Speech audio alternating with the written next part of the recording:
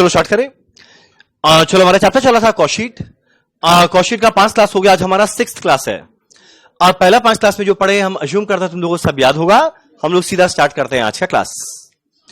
अब लास्ट से तुम लोगों का एक होमवर्क था क्वेश्चन नंबर 4। ये क्वेश्चन नंबर 4 का जो सोल्यूशन है हम आज क्लास के लास्ट में एक बार मैच करवा देगा। जो डाउट रहे पूछना। फिलहाल हम लोग सीधा स्टार्ट करते हैं आज का क्लास। हैप्पी? चलो डन। ये क्वेश्चन नंबर 4 है, लास्ट में आंसर आएगा 35,980। जिनका है वेरी गुड, जिनका नहीं है लास्ट में पूरा सोल्यूशन शो कर देगा। ठीक है, स्टार्ट करते हैं आज का क्लास। आज ज्यादा नहीं, आज हम लोग करने वाले हैं मात्र एक सेकंड भाई सुनो ना, बंद कर दो ना तुम। ठीक हो जाएगा, ठीक हो जाएगा, बंद कर दो, बंद कर दो। अरे बंद करो ना। देखो एक रिक्वेस्ट है, क्लास में लोग फैन बिल्कुल भी ऑन नहीं करेगा क्योंकि फैन का आवाज ना मेरे माइक में चला जाता है, तो इसीलिए एक बार क्लास बंद हुआ है, इसी से सब ठंडा हो जाएगा। हैप्पी? चलो आज हम लोग करने वाले हैं ज्यादा नहीं मात्र 4 क्वेश्चन। और 4 में पहला 3 क्वेश्चन तो बड़ा इजी है। 4th वाले का 1-2 एडजस्टमेंट अच्छा है। जो राइट आंसर दिया इंसेंटिव। चलो स्टार्ट करते हैं आज का क्लास क्वेश्चन नंबर 14 के साथ। आरोही 2 से 3 घंटे में। चलो फटाफट स्टार्ट करते हैं क्वेश्चन 14, हमारा आज का पहला क्वेश्चन।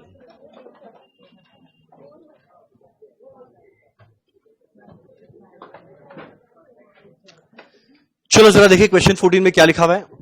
चलो क्वेश्चन 14 में क्या है। मेरा following information relate to a manufacturing concern for year ended 31 March 2019।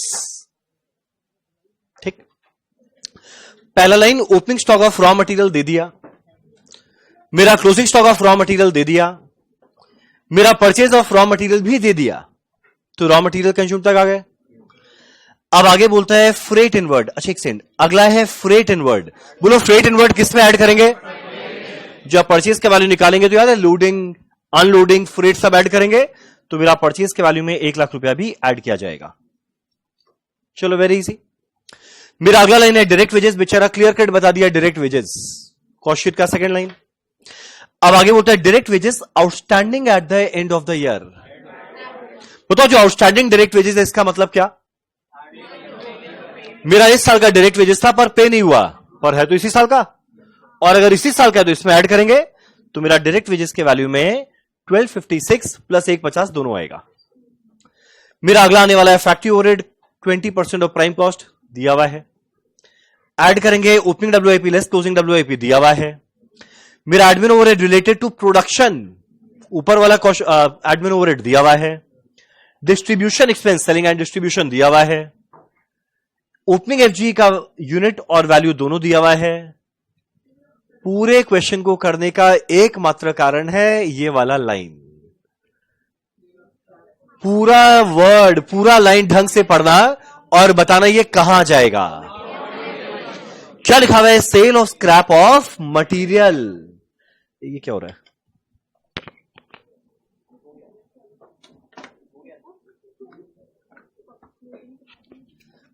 जरा बताना मेरा इस क्वेश्चन के ये लाइन में लिखा हुआ है sale of scrap of material. तुम लोग बताना sale of scrap of material, बोलो ये कहां जाएगा? मतलब नीचे वाला सेल ऑफ स्क्रैप है या रॉ मटेरियल कंज्यूम से लेस करेंगे? ध्यान देना, हम ये कल बताया था। और खाली सेल ऑफ स्क्रैप बोलता या sale of scrap during manufacturing बोलता तो नीचे आता, पर अगर sale of scrap of material बोल दिया तो जब रॉ मटेरियल कंज्यूम निकालेंगे वहां से लेस करेंगे। अब मेरा लास्ट टाइम में लिखा हुआ है मेरा फर्म ने बनाया 14,000 units of output during the year, साल भर का प्रोडक्शन दिया हुआ है। अब अगला line stock of FG at the end of the year is valued at cost of production. बताओ ये लाइन का मतलब क्या? जो मेरा क्लोजिंग एफजी कैलकुलेट करना है वो किस पे कैलकुलेट करना है? Cost of production. झमेला ही नहीं, जितना कॉस्ट ऑफ प्रोडक्शन आया डिवाइडेड बाय कितना यूनिट बनाने के लिए पर यूनिट मिलेगा इनटू क्लोजिंग एफजी का यूनिट। और मेरा फर्म कितना यूनिट बेचा? इतना यूनिट बेचा एट अ प्राइस ऑफ 618। बनाना क्या है? Cost sheet. चलो हम चाहेंगे एक बार आप लोग स्वयं कॉस्ट शीट को बनाने का प्रयास करो। बस एक बात ध्यान देना, ये sale of scrap of material word था, मटेरियल। तो इसीलिए कहां से लेस करेंगे? रॉ मटेरियल कंज्यूम निकालने के टाइम। पूरे क्वेश्चन में एकमात्र ढंग का लाइन, मानते हो? फटाफट स्टार्ट करना है क्वेश्चन अपने आप करने का।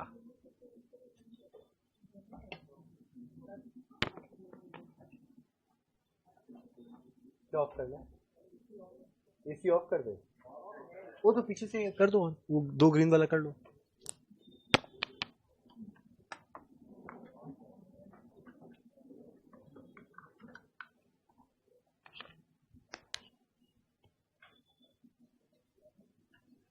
चलो स्टार्ट करते हैं क्वेश्चन 14। सबसे पहले हमारी कंपनी का नाम, जिसका नाम कुछ नहीं होता उसका नाम dot dot dot dot dot dot dot dot होता है।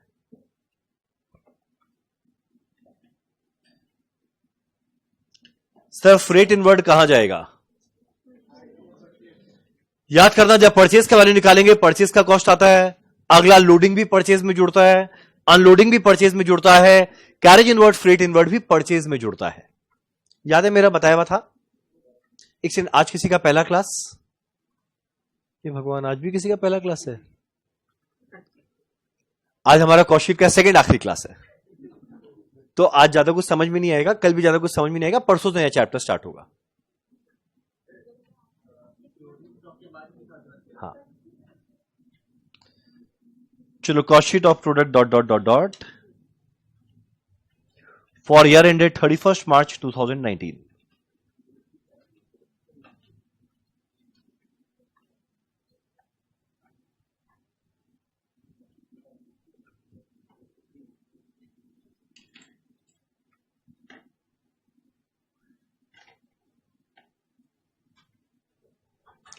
चलो शुरुआत करने वाले हमारे कॉस्ट शीट का पहला लाइन, जिसका नाम क्या है? Raw material consumed.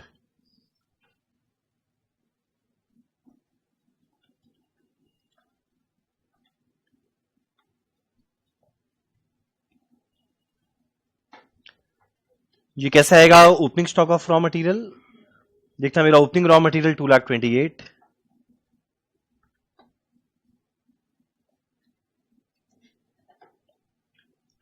चलो ऐड करने वाले हैं परचेज। जरा देखना मेरा परचेज का वैल्यू कितना दिया हुआ है? मेरा परचेज का वैल्यू कितना दिया हुआ है? 42,25,000। पर ध्यान देना, फ्रेट इनवर्ड भी है जो परचेज के वैल्यू के साथ ऐड करेंगे, तो मिलाकर आएगा 43,25,000।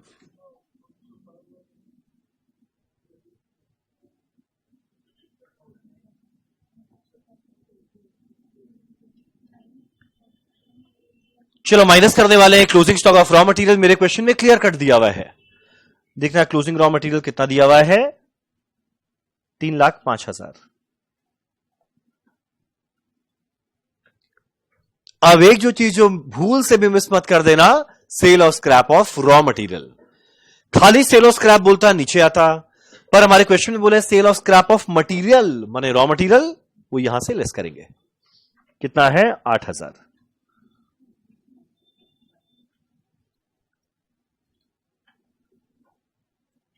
सुनो ना, एक बार कोई मेरे को रॉ मटेरियल कंज्यूम बताएगा क्या?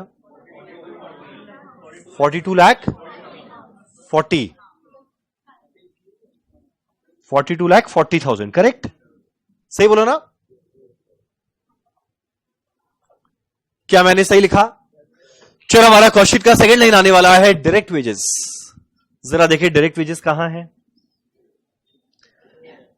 ये ना मेरा डायरेक्ट वेजेस 12,56,000। पर ध्यान देना, आउटस्टैंडिंग डायरेक्ट वेजेस भी था। आउटस्टैंडिंग माने इस साल का था पर इस साल पे नहीं हुआ, पर है तो इसी साल का, और अगर इसी साल का मेरे को ऐड करना पड़ेगा, तो मेरा डायरेक्ट वेजेस में दोनों मिलाकर आएगा।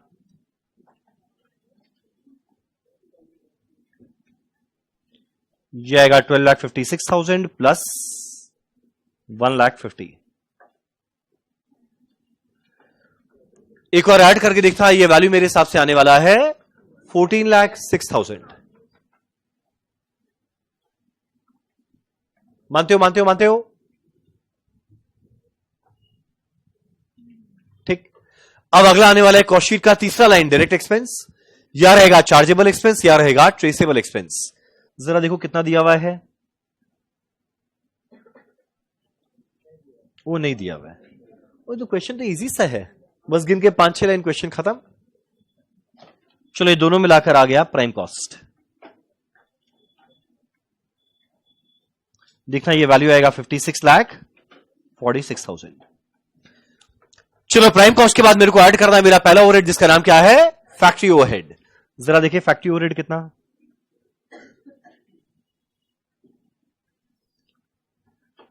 अब मेरा फैक्ट्री ओवरहेड दिया हुआ है 20% of prime cost. Prime cost already निकाला हुआ है, इसका 20% कैलकुलेट करना, क्या मिल जाएगा, फैक्ट्री ओवरहेड। चलो कैलकुलेट करें कितना आएगा, 56,46,000 का 20%, 11,29,200। चलो मिलाकर आया ग्रॉस फैक्ट्री या वर्क्स कॉस्ट।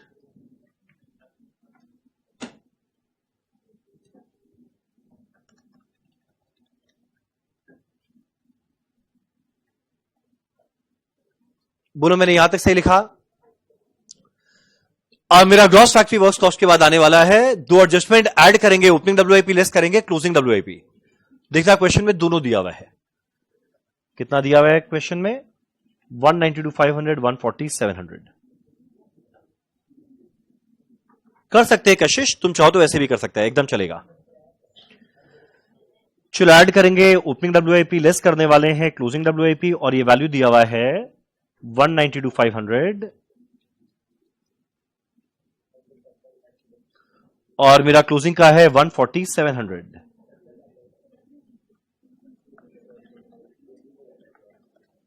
ये शायद आने वाला है 51,800। चलो ऐड करते मिलेगा नेट फैक्ट्री या वर्क्स कॉस्ट।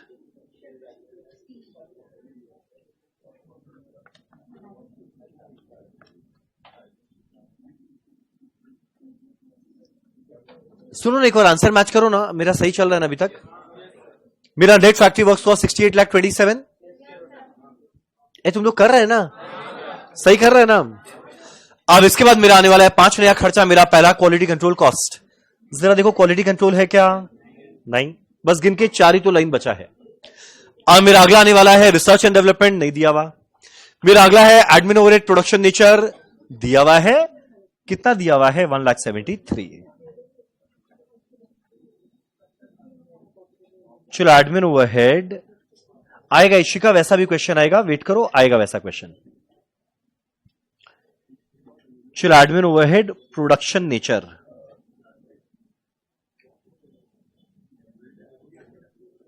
कितना दिया है, 1,73,000। माइनस करने वाले हैं सेल ऑफ स्क्रैप। क्वेश्चन में सेल ऑफ स्क्रैप तो था पर मटेरियल का था, तो यहां नहीं आएगा। मेरा अगला आने वाला है प्राइमरी पैकिंग कॉस्ट, नहीं है, यानी शॉर्ट मिलाकर क्या आ जाएगा, कॉस्ट ऑफ प्रोडक्शन। सुनो ना, एक बार ऐड करके बताओ ना, एग्जैक्ट 70 लाख पक्का, अरे वाह, एग्जैक्ट 70 लाख है, तब तो बढ़िया नंबर है। चलो डन। अब एक और कॉस्ट ऑफ प्रोडक्शन आ गया, इसके बाद ऐड करना है ओपनिंग एफजी, लेस करना है क्लोजिंग एफजी, क्या मिलेगा, सीओजीएस। चलो ऐड करते हैं ओपनिंग एफजी,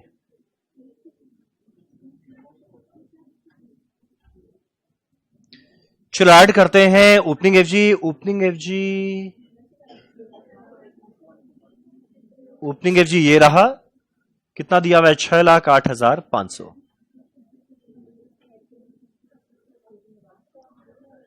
चलो माइनस करना है क्लोजिंग एफजी। अब मेरा क्वेश्चन खाली एक, क्लोजिंग एफजी का वैल्यू कैसे मिलेगा।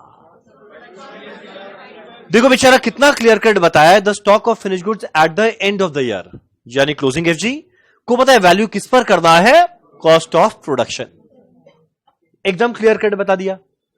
अब देख मेरा कॉस्ट ऑफ प्रोडक्शन मैंने जस्ट निकाला 70 लाख, यह है 70 लाख। मेरा क्लोजिंग एफजी को वैल्यू करना है कॉस्ट ऑफ प्रोडक्शन पे, कॉस्ट ऑफ प्रोडक्शन है 70 लाख। तुम लोग जरा बताना, जो 70 लाख रुपया लगा, ये कितने यूनिट को प्रोड्यूस करने के लिए लगा, कितने यूनिट को प्रोड्यूस करने के लिए लगा, कहां लिखा हुआ है, ये रहा, द फर्म प्रोड्यूस्ड 14,000 यूनिट्स। तो मेरा 70 लाख रुपया लगा है 14,000 यूनिट को बनाने का, पर यूनिट मिल गया। अब मेरे को जानना क्या है, क्लोजिंग एफजी का यूनिट क्या है, बताओ। क्लोजिंग एफजी का यूनिट दिया हुआ है, दिया हुआ है या निकालना पड़ेगा, और याद है निकालने के लिए एक इक्वेशन हुआ करता था, अब 1 मिनट, कोई पेज पलटेगा नहीं, बताना वो इक्वेशन क्या था। Opening FG plus production minus closing FG is equal to sale. ये 4 में 3 नंबर पक्का दिया रहेगा, क्लोजिंग एफजी मिल जाएगा। तो एक काम करते हैं, 4-5 लाइन छोड़ के नीचे लिखते हैं वर्किंग नोट। तुम लोग क्या एक बार क्लोजिंग एफजी का यूनिट्स बताएगा?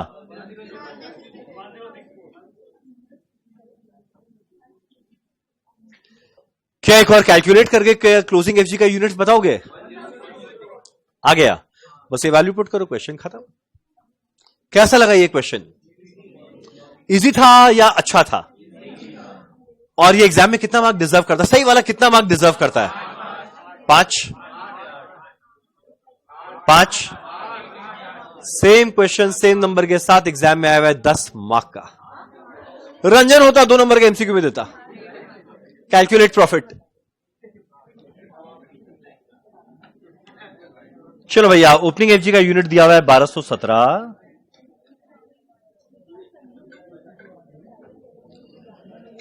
मेरा प्रोडक्शन दिया हुआ है 14,000।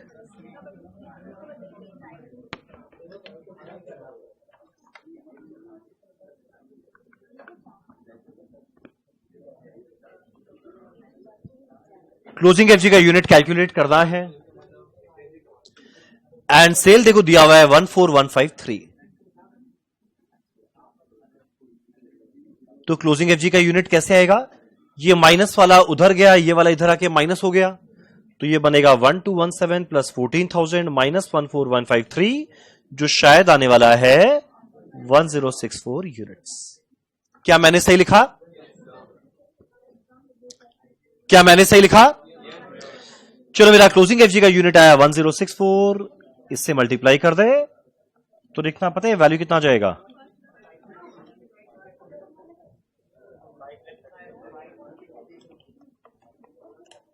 $5,32,000।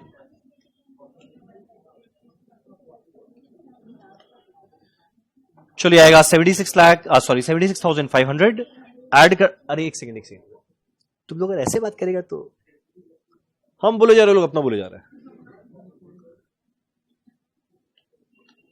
चलो, मेरा सीओजीएस आया 70,76,500। क्या मेरा यहां तक राइट हुआ? अब लास्ट में ऐड करना है सेलिंग एंड डिस्ट्रीब्यूशन ओवरहेड, जो शायद दिया हुआ है ₹16 पर यूनिट। एक बात बताओ, मेरा सेलिंग एंड डिस्ट्रीब्यूशन ओवरहेड है ₹16 पर यूनिट, 16 रुपया पर यूनिट। तुम लोग जरा बताओ, ये 16 रुपया पर यूनिट जो आया, इसको कितने यूनिट से मल्टीप्लाई करे? 14,000 से करे या 14,153 से करे? जो सेलिंग एंड डिस्ट्रीब्यूशन ओवरहेड है कितने यूनिट पे डिपेंड करेगा? जितना यूनिट सेल करते हैं। और सेल कितना किए? 14,153। तो लास्ट आने वाला है selling and distribution overhead 14,153 into कितना रुपया था? 16। और कैलकुलेट करेगा तो मेरे हिसाब से ये वैल्यू आने वाला है 226,448। मिलाकर आया कॉस्ट ऑफ सेल, जो शायद आएगा 73,02948। ऐड करेंगे प्रॉफिट बैलेंसिंग फिगर, और सेल पता है कितना दिया हुआ है? 14,153 यूनिट। कौन सा रेट में बेचे? 618।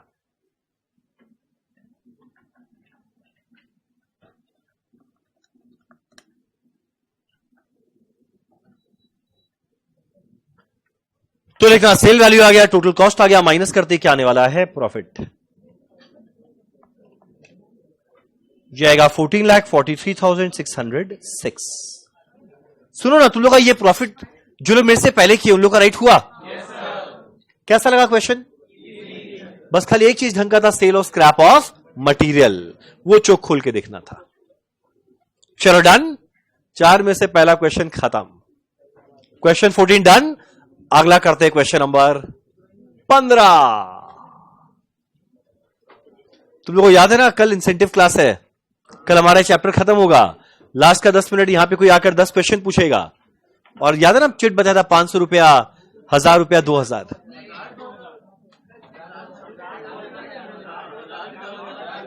हम 1000, 2000, 3000 बोला है, सही बोलो। 1000, 2000, 3000 ब्लेसिंग्स।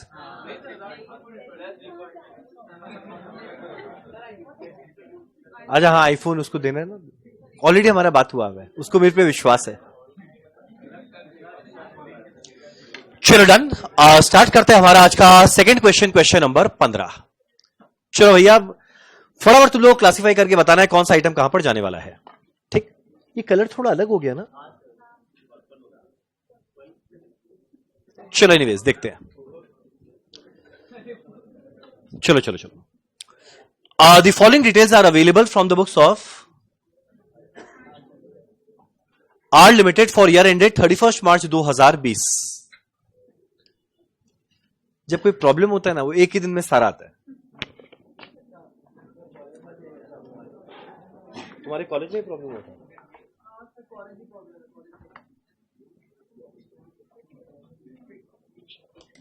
चलो होपफुली सब सही चले।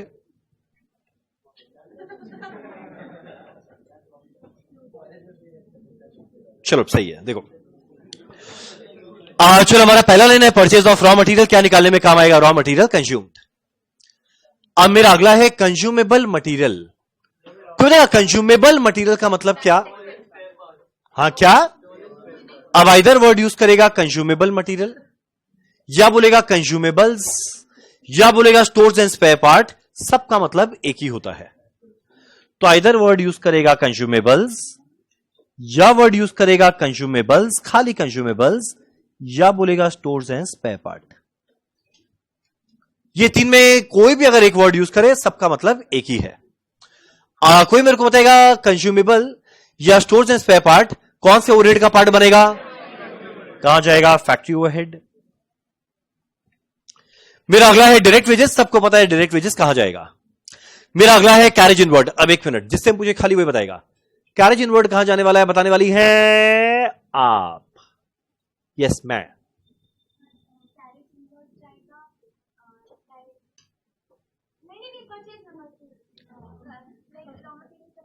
मतलब परचेज में ऐड करेंगे। Very good. आपका नाम? निशा। Nice name. चलो, यानी कैरेज इनवर्ड परचेज के साथ में ऐड करेंगे। पिछले क्वेश्चन में भी आया था। अब मेरा अगला है wages to foreman and store keeper. तुम लोग याद है स्टोर्स डिपार्टमेंट हमारा कहां रहता था? और अगर फैक्ट्री में रहता था तो जरा बताना, स्टोर्स डिपार्टमेंट में जो आदमी लोग हैं उनका जो वेजेस दिया जाएगा वो डायरेक्ट नेचर का रहेगा या इनडायरेक्ट रहेगा? और अगर इनडायरेक्ट रहेगा, ये कहां जाने वाला है? Factory overhead. तो ये मेरा जाएगा फैक्ट्री ओवरहेड। अब आगे बोलता है other indirect wages. Other indirect wages for factory staff. जरा बताओ ये कहां जाने वाला है? Factory overhead. मेरा अगला है expenditure on research and development. नाम ही बता दिया, रिसर्च एंड डेवलपमेंट कॉस्ट में जाएगा। मेरा अगला है सैलरी टू अकाउंटेंट। अब ऑफिस एंड एडमिन में जाएगा तो सही, पर नेचर नहीं बताया ये प्रोडक्शन है, नेचर नहीं बताया ये मार्केटिंग है, और कोई नेचर ना बताया। बोलो इसका नेचर क्या रहेगा? जनरल। तो जनरल ऊपर जाएगा या नीचे जाएगा? नीचे जाएगा। अब अगला है employer contribution to PF and ESI. जरा बताना प्रोविडेंट फंड और ईएसआई किसको मिलता था? नहीं, वर्कर को तो मिलता है, हमको पता है। अब यानी शॉर्ट ये कहां जाएगा? ज्यादा डायरेक्ट वेजेस में बेसिक आएगा। एक मिनट, बेसिक आएगा इन्फ्लेशन के लिए, घर के लिए, बीमारी के लिए, बुढ़ापे के लिए, कंट्रीब्यूशन टू पीएफ और आएगा। तो मेरा कहां जाने वाला है? डायरेक्ट वेजेस में। डायरेक्ट वेजेस कहां गया?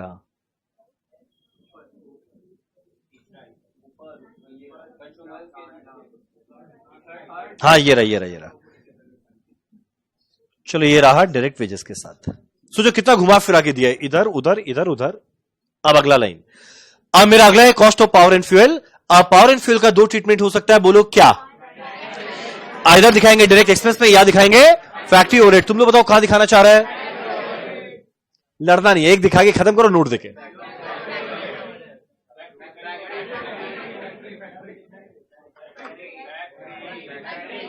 अरे लड़ना नहीं है, एक डिसाइड करो ना। अच्छा इनसे पूछेंगे, जो आप बोलो फाइनल, आप बोलो। आपका नाम क्या है? डायरेक्ट एक्सपेंस, ठीक है, नीचे नोट दे देंगे डायरेक्टली ट्रेसेबल है। नहीं नहीं, वैसा कोई जरूरी नहीं है। चलो मेरा अगला है, अब अगला ना वर्ड को कोई अगर आंसर दिया ना, सही जवाब दिया, दिल उसका, दिल उसका, दिल दिल दिल, ठीक, 1 मिनट, ढंग से चोक खोल के देखना क्या लिखा हुआ है। प्रोडक्शन प्लानिंग ऑफिस एक्सपेंस, कहां जाएगा? Office and admin expense of production nature. जो क्लियरली लिखा हुआ है ऑफिस का खर्चा है, तो ऑफिस एंड एडमिन तो हो गया, और संग में क्या लिखा हुआ है? प्रोडक्शन प्लानिंग के लिए, तो ऑफिस एंड एडमिन ओवरहेड तो है, इसका नेचर कौन सा बनेगा? प्रोडक्शन। तुम लोग ये समझ गया था? हाँ तो ठीक है ना, दिल में जगह दे दी, और कैसे निकाल के थोड़ी देंगे। चलो डन। अब मेरा अगला है salary to delivery staff, selling and distribution. अब अगला लिखा हुआ है इनकम टैक्स का पेमेंट किए फॉर असेसमेंट ईयर 2019-20। बताओ कॉस्ट शीट में कहां आएगा? आएगा नहीं आएगा? क्यों नहीं आएगा? याद करो, कल बताए थे 4 item to be excluded from cost sheet.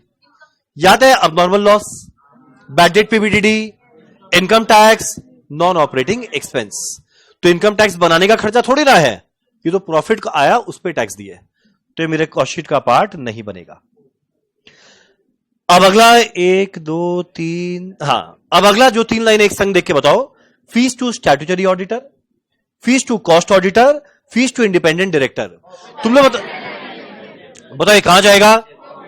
मेरा ऑफिस एंड एडमिन नेचर नहीं बताया, कहां जाएगा? जनरल।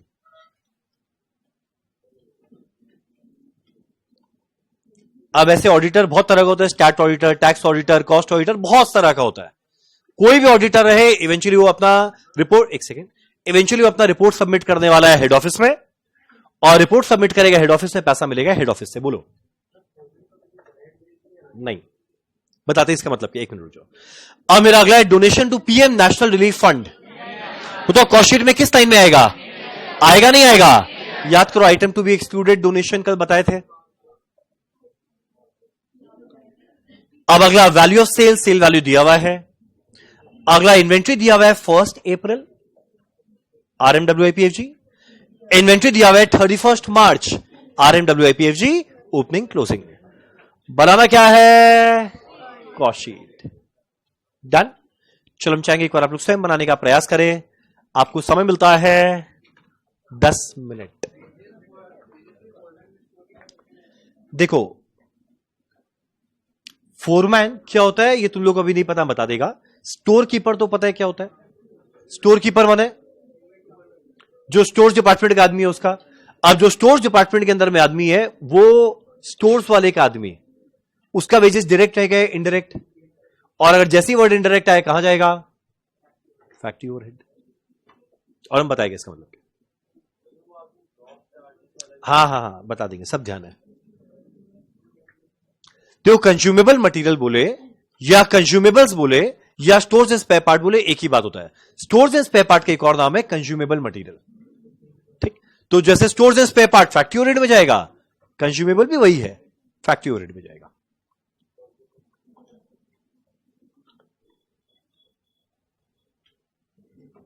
चलो फटाफट करते हैं, हमारा क्वेश्चन नंबर हो गया। हो गया? अरे वाह, आपका नाम क्या है? हाँ, हितेन, HITEN। हमारे हितेन ने कहा डन। आपका नाम क्या है? पायल। पायल ने कहा डन।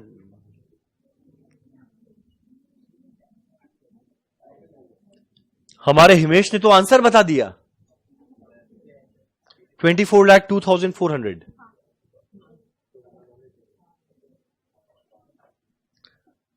हमारे राहुल ने कहा डन। हमारे शोमेन ने कहा डन।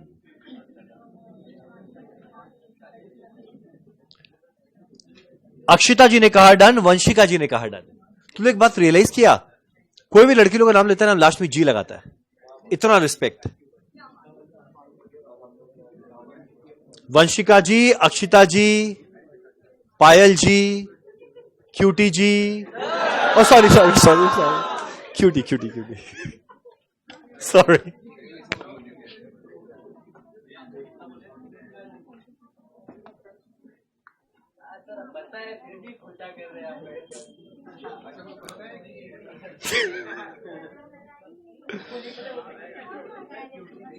हमारे हमारे कंपनी का नाम आर लिमिटेड।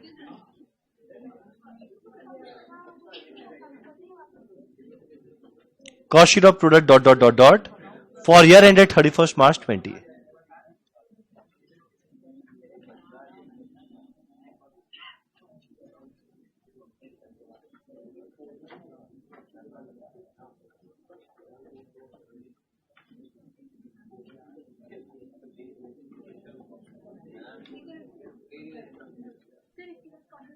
इसके बाद बस 1 मिनट का टाइम दो, हम बताते हैं, प्राइम कॉस्ट तक पहुंच के हम बताते हैं, ये तो बहुत पीछे रह जाएगा।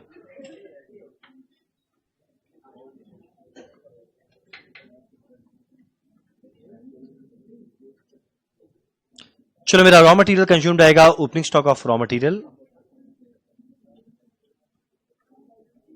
अच्छा, ओपनिंग रॉ मटेरियल है ही नहीं, ओ सॉरी, हाँ हाँ, ये रहा 6,20,000।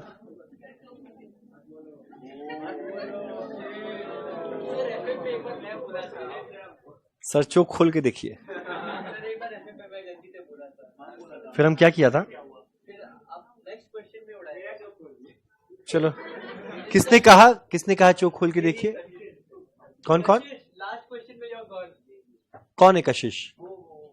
ठीक है कशिश, जवाब मिलेगा अगले क्वेश्चन में। ये क्यों खुश हो रहा है? चलो ठीक है, लड़ो मत लड़ो मत। मेरा परचेज का वैल्यू दिया हुआ है 84 लाख और कैरेज इनवर्ड भी इसमें ऐड करेंगे।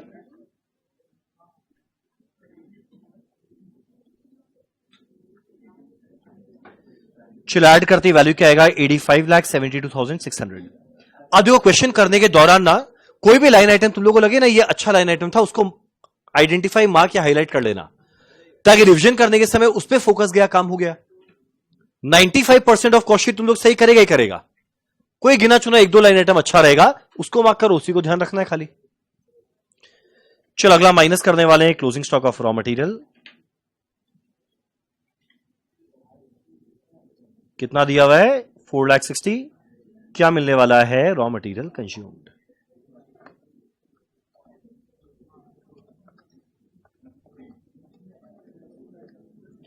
यह आएगा 87,32,600।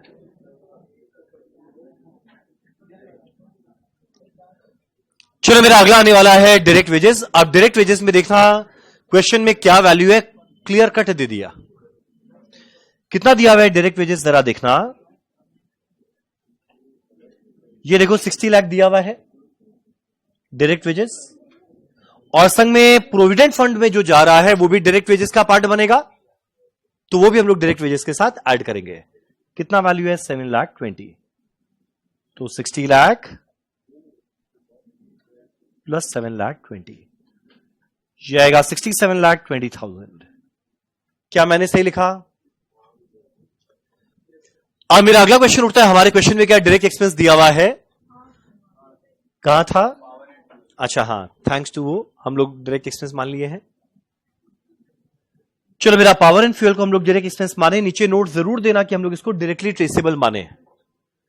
कोई अगर चाहे तो फैक्ट्री ओवरहेड में भी ले सकता था, नीचे नोट दो देखे, ये नॉट डायरेक्टली ट्रेसेबल है। तो मेरा पावर एंड फ्यूल है 28 लाख, डायरेक्ट एक्सपेंस में ले लेते हैं।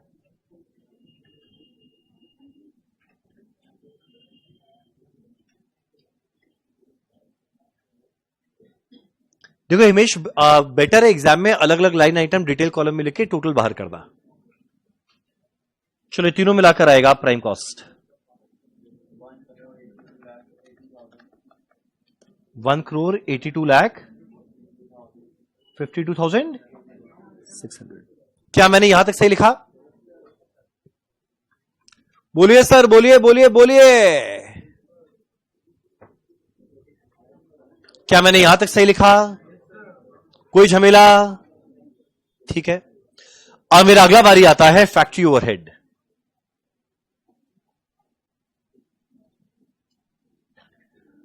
अब मेरा फैक्ट्री ओवरहेड में कितना लाइन आइटम है?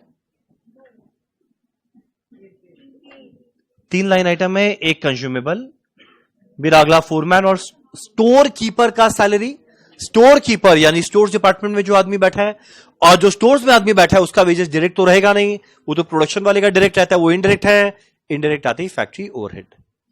और मेरा एक और आने वाला है अदर इनडायरेक्ट वेजेस। चलो, मेरा पहला है कंज्यूमेबल मटेरियल।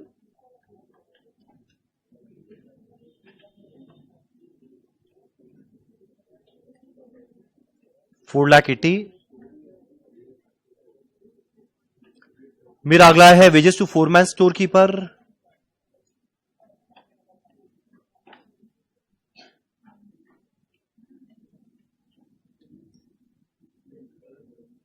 $8,40,000।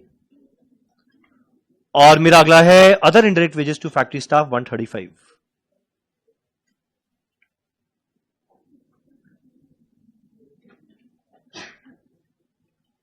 सुनो ना, कोई एक बार फैक्ट्री ओवरहेड का टोटल बताओ ना खाली। 14,50,000। 55।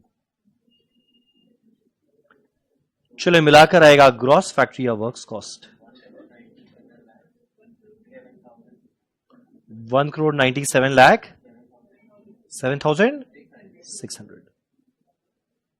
सुनो ना, कोई अलग अलग लोग एक बस खाली क्रॉस चेक करते चलना ना, क्या मैंने सही लिखा? चलो, ऐड करने वाले हैं ओपनिंग डब्ल्यूआईपी, लेस करने वाले हैं क्लोजिंग डब्ल्यूआईपी। क्वेश्चन में क्लियर कट दिया हुआ है। अब देखा, ओपनिंग डब्ल्यूआईपी क्लोजिंग डब्ल्यूआईपी एकदम नीचे नीचे दक्षिण की ओर है।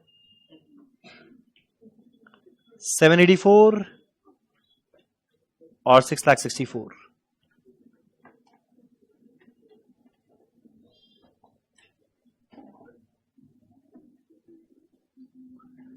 $784, $664।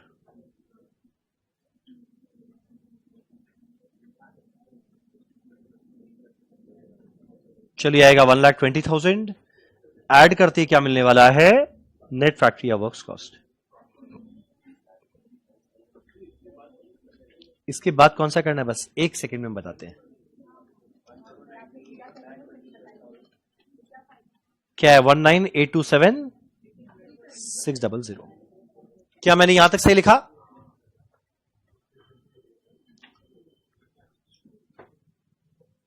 क्या मैंने यहां तक सही लिखा? अब इसके बाद आने वाला है मेरा 5 नया खर्चा। मेरा पहला है क्वालिटी कंट्रोल कॉस्ट। जरा देखो तो क्वालिटी कंट्रोल कॉस्ट है क्या? नहीं है। मेरा अगला है रिसर्च एंड डेवलपमेंट कॉस्ट। जरा देखो क्वेश्चन में रिसर्च एंड डेवलपमेंट कॉस्ट दिया हुआ है क्या? एकदम दिया हुआ है, 9,60,000।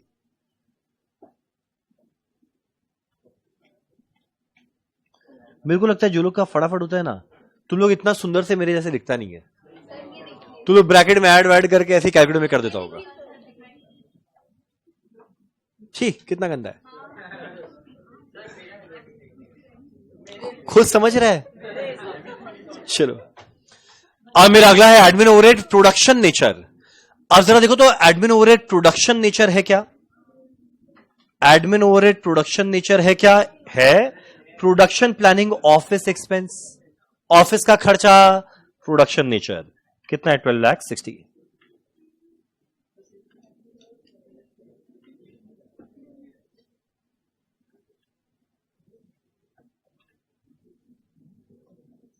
यस माधव, वैसे ही लिखना है। मेरा अगला है सेल ऑफ स्क्रैप। हमारे क्वेश्चन में सेल ऑफ स्क्रैप नहीं है।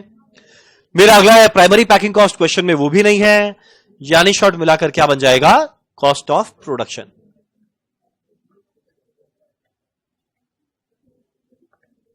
मेरा कॉस्ट ऑफ प्रोडक्शन आने वाला है 2204,7600।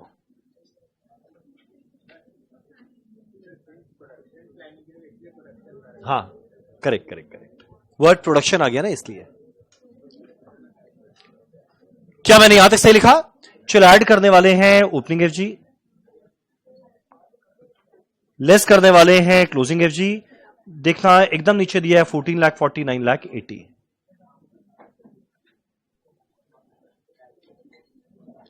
ये माइनस करके क्या आएगा? 4,60,000। क्या मिलने वाला है? COGS। ये आएगा 22507600। क्या मैंने यहां तक सही लिखा? चलो, मेरा आखिरी ओवरहेड आ गया एडमिन ओवरहेड जनरल नेचर। अगला आएगा सेलिंग एंड डिस्ट्रीब्यूशन मिलाकर टोटल कॉस्ट।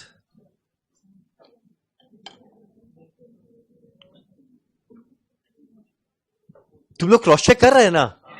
मैं सही लिख रहा हूं ना? बताते चलना मैं सही लिख रहा हूं या नहीं। चलो, मेरा अगला है office and admin general nature, जो हमारे क्वेश्चन में शायद दिया हुआ है एक लाइन। ओ नहीं, सॉरी, 1 2 3 4 लाइन। फिर सेलिंग एंड डिस्ट्रीब्यूशन का एक ही है मिलाकर टोटल कॉस्ट। चलो, office and admin general nature.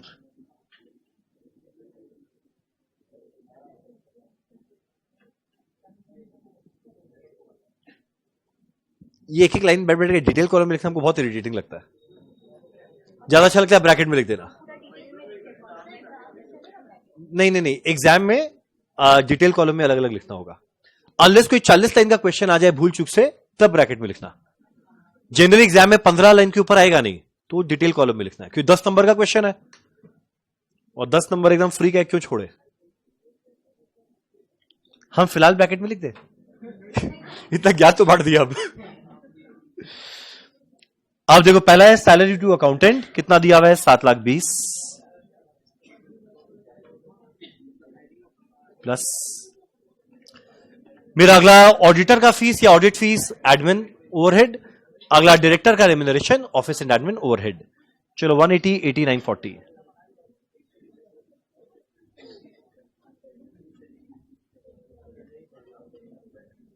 हाँ, 1 मिनट, विशाल बता रहे हैं। 980 ये आएगा 19,20,000 ना? ये 19,20,000 है ना? लास्ट में आने वाला है सेलिंग एंड डिस्ट्रीब्यूशन ओवरहेड। मेरा सेलिंग एंड डिस्ट्रीब्यूशन ओवरहेड दिया हुआ है 14,30,000।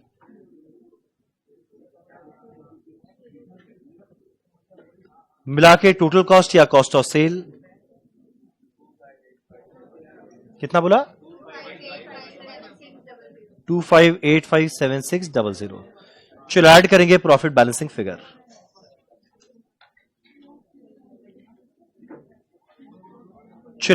Profit balancing figure. Sale value दिया हुआ है 2,82,60,000।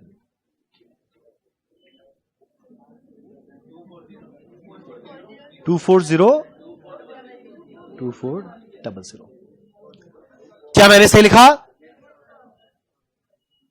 जो लोग भी मेरे से पहले किया उनके राइट आया? सच्ची बोलो, सच्ची बोलो, सच्ची बोलो। अब यहां पे एक नोट देना मत भूल जाना, जो तुम लोग एक वो करके बैठा है, वो लड़का का जो पावर एंड फ्यूल है, इसको हम लोग डायरेक्टली ट्रेसेबल अज्यूम किए हैं।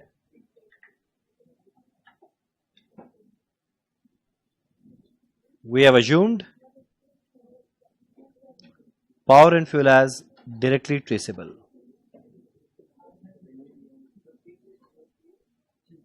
Happy happy happy happy happy. क्या क्या क्या क्या क्या क्या बोलो? देखो, जनरली मार्क्स फार्क्स नहीं करता, वो लोग दोनों ट्रीटमेंट देता है, पर बेटर है लिख देना। चलो डन, चलो डन, चलो डन। 4 में से 2 क्वेश्चन होता है खत्म। करते हैं हमारा आज का सेकंड आखिरी क्वेश्चन। घड़ी देख के 10 मिनट में खत्म हो जाएगा। फिर चलते हैं आज के लास्ट क्वेश्चन में। तुम बोले वाह, आज का क्लास तो बहुत जल्दी खत्म होने वाला है। लास्ट वाला क्वेश्चन लंबा चौड़ा नहीं है छोटा सा, पर अच्छा क्वेश्चन है। उसमें थोड़ा अकल लगाना, जिसके लिए हम इंसेंटिव भी देंगे। और अगर कोई दिल जीत लिया, शायद हम पूरा वॉलेट दे दे उसको अपना। 10 रुपये है, 10 रुपये है। हम चेक कर रहे हैं, 10 से ज्यादा है रहा। चलो डन। ये था हमारा क्वेश्चन नंबर 14। करते हैं हमारा अगला क्वेश्चन, क्वेश्चन नंबर 15। हाँ, सॉरी, ये किए क्वेश्चन नंबर 15। करते हैं हमारा आज का सेकंड आखिरी क्वेश्चन, क्वेश्चन नंबर 16। क्या कोइंसिडेंस? नहीं, कोई कोइंसिडेंस।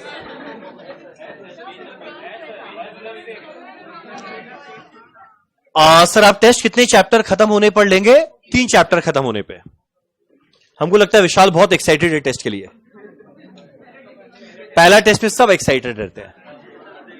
आज से हम सोच रहे हैं ना, थोड़ा पहला 2 टेस्ट में कुछ इंसेंटिव ना दे, तीसरे टेस्ट से इंसेंटिव दे दे। जो तीसरा टेस्ट देने आएगा उस दिन हम लोग को डोमिनोज का पिज्जा खिलाएगा।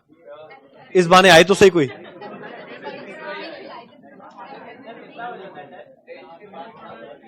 हाँ चलो स्टार्ट करते हैं हमारा आज का सेकंड आखिरी क्वेश्चन, क्वेश्चन 16। अब सुनो सुनो सुनो, आम चाहेगा ना, क्वेश्चन 16 में खाली एक ही एडजस्टमेंट है जिस चीज के लिए क्वेश्चन कर रहे हैं, और वो मुझे बताना ही पड़ेगा, ठीक है?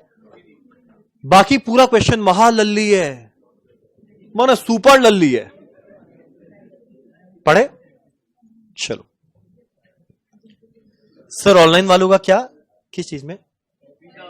ओ पिज्जा, स्विगी, हाँ या वीडियो बैकअप दे देंगे। चलो 16, A limited produces a single product X. ये वर्ड तो तुम लोग सुना ही होगा। ऐसे पूछ रहे। अगला ये वर्ड भी सुना ही होगा। मेरा ए लिमिटेड क्या करता है? एक प्रोडक्ट बनाता है जिसका नाम क्या है? X. During the month of December 2021 the company had produced 14,560 tons of X. The details for the month of December 2021 are as below. तो लिखना है सारा का सारा इंफॉर्मेशन दिया हुआ है फॉर द मंथ ऑफ दिसंबर, माने 1 महीना। अब शुरू का 5-6 लाइन तो इतना लॉलीपॉप है ना कि हम क्या ही बताएं। पहला लाइन मटेरियल कंज्यूम्ड, बताओ मटेरियल कंज्यूम्ड ही दे दिया, यानी क्या ओपनिंग क्लोजिंग ये सब का काम है? सीधा कैलकुलेट करके दे दिया रॉ मटेरियल कंज्यूम्ड क्या। कॉस्ट शीट का पहला लाइन डन। अब अगला 2 लाइन को संग में देखो, ये दिया हुआ है पावर, ये दिया हुआ है डीजल, दोनों मिला के पावर एंड फ्यूल। पता है ना फ्यूल क्या होता है? फ्यूल क्या होता है? डीजल हो गया, पेट्रोल हो गया।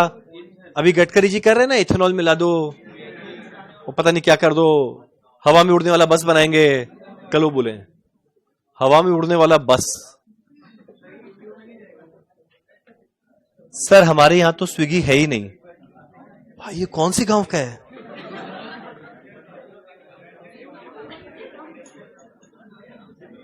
चलो छोड़ो, चलो देखते कहां का है। रंजन गांव का है, जाके देखो, बहुत बड़ा शहर है वो।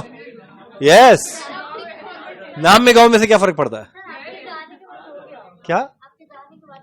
एक सेकेंड, ये कुछ कहना चाह रही है। सर आपके जाने के बाद हो गया होगा।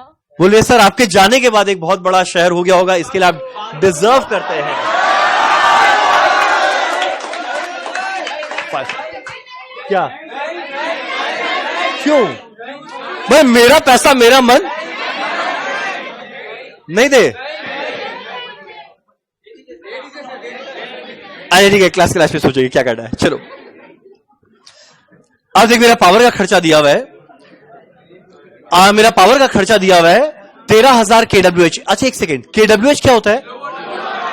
13,000 kWh पावर यूज किया गया, और हर kWh का रेट है 7 रुपया करके। तो पावर का खर्चा क्या आया होगा? नहीं, क्या आया होगा?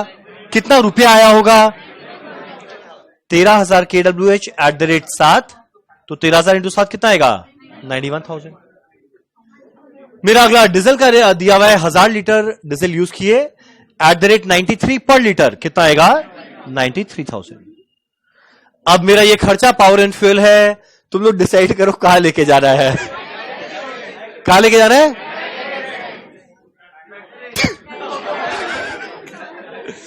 जहां मन चाहे ले जाओ, नीचे नोट देना। बताओ कहां ले जाना चाहेगा? चलो ठीक है, डायरेक्ट एक्सपेंस। जो जिस समय जिसका जो मन कर गया। अब मेरा अगला दिया हुआ है wages and salary paid, direct wages. अगला बताओ ग्रेचुइटी एंड लीव इनकैशमेंट। बताओ ये भी किसका पार्ट बनेगा? याद है डायरेक्ट वेजेस में बेसिक आएगा, डीए आएगा, एचआरए आएगा, contribution to PF and gratuity आएगा, लीव ट्रैवल कंसेशन आएगा। तो मेरा ये दोनों किस चीज का पार्ट बनेगा? Direct wages. सच्ची सच्ची बताओ, पहला 5 लाइन में कुछ भी था? कुछ भी था? कुल मिला के बेचारा 12 लाइन का क्वेश्चन है, पहला 5 लाइन लॉलीपॉप। अब सुनो सुनो सुनो, अब अच्छा शुरू हो गया एक लाइन। एक please please please. Higher charges paid for HEMM। Higher charges paid for HEMM। तुम बोलेगे ये HEMM क्या है? ना तुमको पता ना हमको पता ये क्या है, पर एक मशीन का स्पेसिफिक नाम दे दिया, HEMM, यानी एक स्पेसिफिक मशीन का नाम दिया हुआ है, एक स्पेसिफिक मशीन का नाम दिया हुआ है। और कोई बताएगा हायर चार्जेस और एक स्पेसिफिक इक्विपमेंट या स्पेसिफिक मशीन का रहेगा, ये कहां जाएगा? कहां जाएगा? Direct expense. अब एग्जाम में लोग सोचने पड़ जाएंगे HEMM क्या है रे? HEMM क्या है हमको भी नहीं पता, पर एक स्पेसिफिक मशीन का नाम दिया हुआ है। तो जब भी कोई स्पेसिफिक मशीन का नाम दिया रहे, वो उसको हायर पे लिया गया, कहां जाने वाला है? Direct expense.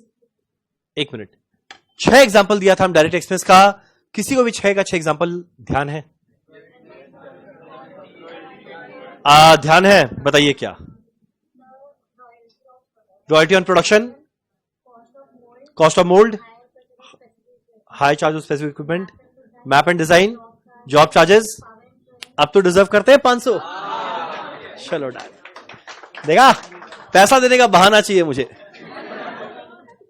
कभी तो मन करता है ना कोई दिन सबको 500 ला कर दे दे, मन करता है। ठीक, चलो ये आया मेरा डायरेक्ट एक्सपेंसेस। बोलो आया बात समझ में? HEMM एक स्पेसिफिक मशीन है, तो स्पेसिफिक मशीन का हाई चार्जेस होता है direct expense. Done done done done done. ठीक, अब अगला 3 लाइन ना तुम लोग को आता नहीं है, मुझे संग में बताना है बस। अब अगला 3 लाइन है जिस चीज के लिए क्वेश्चन कर रहे हैं। इस क्लास में कितने लोग का GST पढ़ना हो गया? पूरा हो गया? तो तुम लोग फिर बताएगा।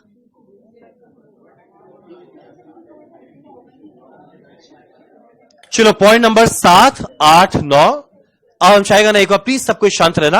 अब एक बार हम समझाएगा। चलो भैया सुनो। सर इतना फंडिंग कहां से आ रहा है? चलो अगला बात क्या लिखा हुआ है? Hiring charges paid for car use for official purpose.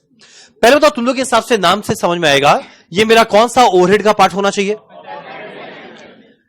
Car को हायर पे लिए, फैक्ट्री के लिए, मार्केटिंग के लिए या ऑफिस के लिए? और अगर ऑफिस के लिए कहां जाना चाहिए? Office and admin overhead. Nature नहीं बताया, और नेचर ना बताए कहां जाएगा? जनरल। तो पहला बात तो क्लियर है, ये ऑफिस एंड एडमिन जनरल है। ठीक है, अब तुम लोगों ने बड़ा एक अच्छा एग्जांपल देता है। जब तुम लोग हेड ऑफिस में जाएगा ना, अब इमेजिन करो हेड ऑफिस के अंदर में तो तुम लोग बहुत बड़ा पोस्ट पे पहुंच जाएगा, मान लो डायरेक्टर बन जाएगा कंपनी का। इमेजिन करो एक कंपनी का डायरेक्टर। अब जब एक कंपनी का डायरेक्टर बन जाएगा ना, तो कंपनी वाला पता है क्या करेगा? तुम लोग को एक बहुत अच्छा कार देगा।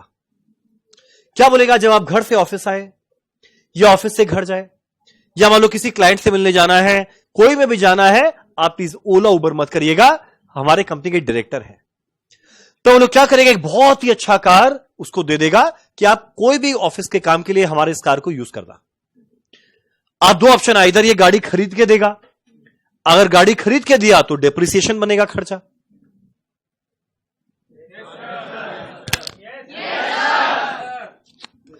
और ये गाड़ी खरीद के दिया तो डेप्रिसिएशन बनेगा मेरा खर्चा। या अगला ऑप्शन क्या है? हमारा कंपनी कार खरीदेगा नहीं, पता है कार को क्या करेगा? हायर पे लेगा। कार हायर मिलके कायर हो गया था। कार को क्या करेगा? हायर पे लेगा। और मान लो हायर पे किससे लेने वाला है? इनसे। ये कौन है? ओ राम जी, ये रद्द भेज देंगे ना, आपसे लेंगे। आपका नाम? हर्षवर्धन। एक सेकंड, हनुमान कौन है क्लास में? तुम हनुमान है? ओ हम बोले भाई क्या मस्त है, राम हनुमान सबरी, बस एक सीता मैया खोज रहा है। चलो इस क्लास में किसी का नाम सीता, सिया? चलो ठीक है, चलो चलो चलो। अब देख मालूम हुआ क्या? ये लड़का से हम कार क्या लिया? हायर पे लिया। कौन सा? मर्सिडीज। डायरेक्टर लोग जा रहे हैं मर्सिडीज में जाएंगे। मर्सिडीज। अब देखो हम इसको क्या बोला भाई सुनना, गाड़ी को हम क्या बोले जा रहे हैं? हर्षवर्धन, मिस्टर हर्षवर्धन प्लीज मुझे एक बहुत ही सुंदर सा कार हायर पे चाहिए। हमारे डायरेक्टर जाएंगे। अब ये बोला चलो जरूर देंगे। हाई चार्जेस क्या रहेगा? हाई चार्जेस क्या रहेगा? 80,000। बोलो स्टोरी अभी तक क्लियर है? अब ये डायरेक्टर लोग के लिए, हेड ऑफिस वालों के लिए है, तो ऑफिस इन एडमिन में गया। अगला लाइन पढ़ो, reimbursement of diesel cost for the car. कोई बताओ ये वर्ड रीइंबर्समेंट का मतलब क्या होता है? रीइंबर्स करना, खाली रीइंबर्स करना, पैसा वापस से लौटाना। अब ये रीइंबर्स करेगा diesel cost for the car. अब देखो जनरली क्या होता है ना, अब ये आदमी कार भेजेगा, कितना गंदा लगेगा ये आदमी कार भेजा। कार, पता है एक बात, कार बिना डीजल के चलता नहीं है। फिर एक सेकंड, लाइन यहां पे खत्म नहीं होता, पहले पता है कार को चलाने के लिए डीजल लगेगा। अब एक ऑप्शन कितना गंदा है, जो बड़ा सा डायरेक्टर बैठा है वो वॉलेट से 500, 600 रुपया निकालकर गाड़ी में वो डीजल भराए और बाद में रीइंबर्स कराए। जब बड़े बड़े आदमियों को कार दिया जाता है तो पता है जिस आदमी से हायर पे लिया ना उसी को बोलता है भाई सुन, कार भी तुम भेजेगा, डीजल भी भरा के रखेगा। जब भी तुमको डीजल का जितना, जब भी मंथ के एंड में बिल भेजे तो कार हाई चार्जेस भी ले लेना और जितना रुपया डीजल का लगा वो भी मेरे से रीइंबर्स करवा लेना। तो देखो लाइन में क्या लिखा हुआ है, रीइंबर्स कर रहे हैं। रीइंबर्स मतलब वापस से दे रहे हैं। क्या दे रहे हैं? Diesel cost. किस चीज का? कार का। तो देखो ये कितना है? 20,000। तो एक बात बताओ, सुनो ना, एक बात बताओ ना, जब महीने के एंड में अपना बिल भेजेगा, क्या लगता है बिल का अमाउंट कितने रुपए का रहेगा? 80,000 लिख कर देगा हाई चार्जेस। अगला डीजल कॉस्ट का देगा 20,000, यानी कुल मिला के पता है बिल कितने का आने वाला है? 1 लाख का। बोलो ये बात समझ में आया? बोलो ना, ऐसे क्यों कर रहा है? बोलो ना। ठीक है, अब अगला लाइन सुनो, the hiring of car attract GST. Car को हायर पे लिए वो जीएसटी ऐड करेगा अंडर आरसीएम। आरसीएम क्या होता है? जो लोग का पढ़ा हुआ है, रिवर्स चार्ज मैकेनिज्म। हालांकि उसका कोई खास रेलेवेंस है नहीं हमारे इस क्वेश्चन में, इसको इग्नोर करो। अब जीएसटी लगेगा 5% विदाउट क्रेडिट। बताओ विदाउट क्रेडिट मने क्या? विदाउट क्रेडिट मने क्या है? ऐसे जीएसटी का रिफंड मिलेगा या नहीं मिलेगा? Without credit. विद क्रेडिट बोलता तो रिफंड मिल जाता, तो मेरा खर्चा नहीं रहता। पर बोलता है विदाउट क्रेडिट, भैया जितना तुमने जीएसटी दिया ना उसका 1 रुपया रिफंड नहीं मिलेगा। और अगर 1 रुपया रिफंड नहीं मिलेगा मतलब ये मेरा खर्चा बन जाएगा। यानी महीने के एंड में जब ये बिल भेजेगा 1 लाख का, संग में पता है ये ऐड करेगा GST at the rate 5%। Question खाली एक, जो 5% जीएसटी आएगा ये 80,000 पे रहेगा, 20,000 पे रहेगा या 1 लाख पे रहेगा? किस पे रहेगा? देखो बाकी तुम लोग को पता ही नहीं है कि तुम लोग का पढ़ा हुआ नहीं है जीएसटी। कितना पे रहेगा? हाँ, क्या एक अच्छा वर्ड यूज किया, ये क्या है? Composite supply. और अगर कॉम्पोजिट रहा तो पता है ये जीएसटी चार्ज करने वाला है टोटल बिल वैल्यू पे, और टोटल बिल वैल्यू क्या है? 1 लाख। पता है लैंग्वेज पढ़ के समझ में आएगा। हायर पे जीएसटी लगा, हायरिंग पे जीएसटी लगा तो 80,000 का 5% आना चाहिए 4,000। पर देखो जब ये अपना बिल भेजेगा तो हायर भी का भी 80,000 है, डीजल का भी 20,000 है, कुल मिलाकर 1 लाख। तो ये लड़का जो है ना, ये जो लड़का हर्षवर्धन, ये एक चीज नहीं 2 चीज का सर्विस दिया। कार को हायर पे भी दिया, अगला डीजल भरा के उसका रिइंबर्समेंट भी लिया, तो इसको कहते हैं कॉम्पोजिट सप्लाई। और हटाए हम अपना बताए, तुम लोग से जो हम फीस लिया, पता है फीस के अंदर में खाली मेरा सर्विसेज नहीं है, बुक का भी कॉस्ट है। और एक बात बताते हैं, दोनों के अंदर में जीएसटी रेट अलग होता है। पर एक बात बताओ, ज्यादा इंपॉर्टेंट क्या है, बुक को देना या सर्विस देना? तो पता है मेरा कुल मिला के बुक का कॉस्ट भी दिखा, मेरा सर्विस का कॉस्ट भी लिया, जो टोटल वैल्यू आया कॉम्पोजिट सप्लाई हो गया, हम सीधा उस पर जीएसटी लगाया सर्विस वाला। सेम लॉजिक यहां लगा, इसने 80,000 हायर पे भी दिया, जो डीजल भरवाने का काम है वो भी ये किया। तो जो बिल भेजा वो कॉम्पोजिट का था। कॉम्पोजिट माने एक से ज्यादा चीज का। तो जब एक से ज्यादा चीज का बिल आता है जीएसटी टोटल पे लगेगा। टोटल माने 80 + 20 मिलाकर 1 लाख आया। 1 लाख का 5% कितना आने वाला है?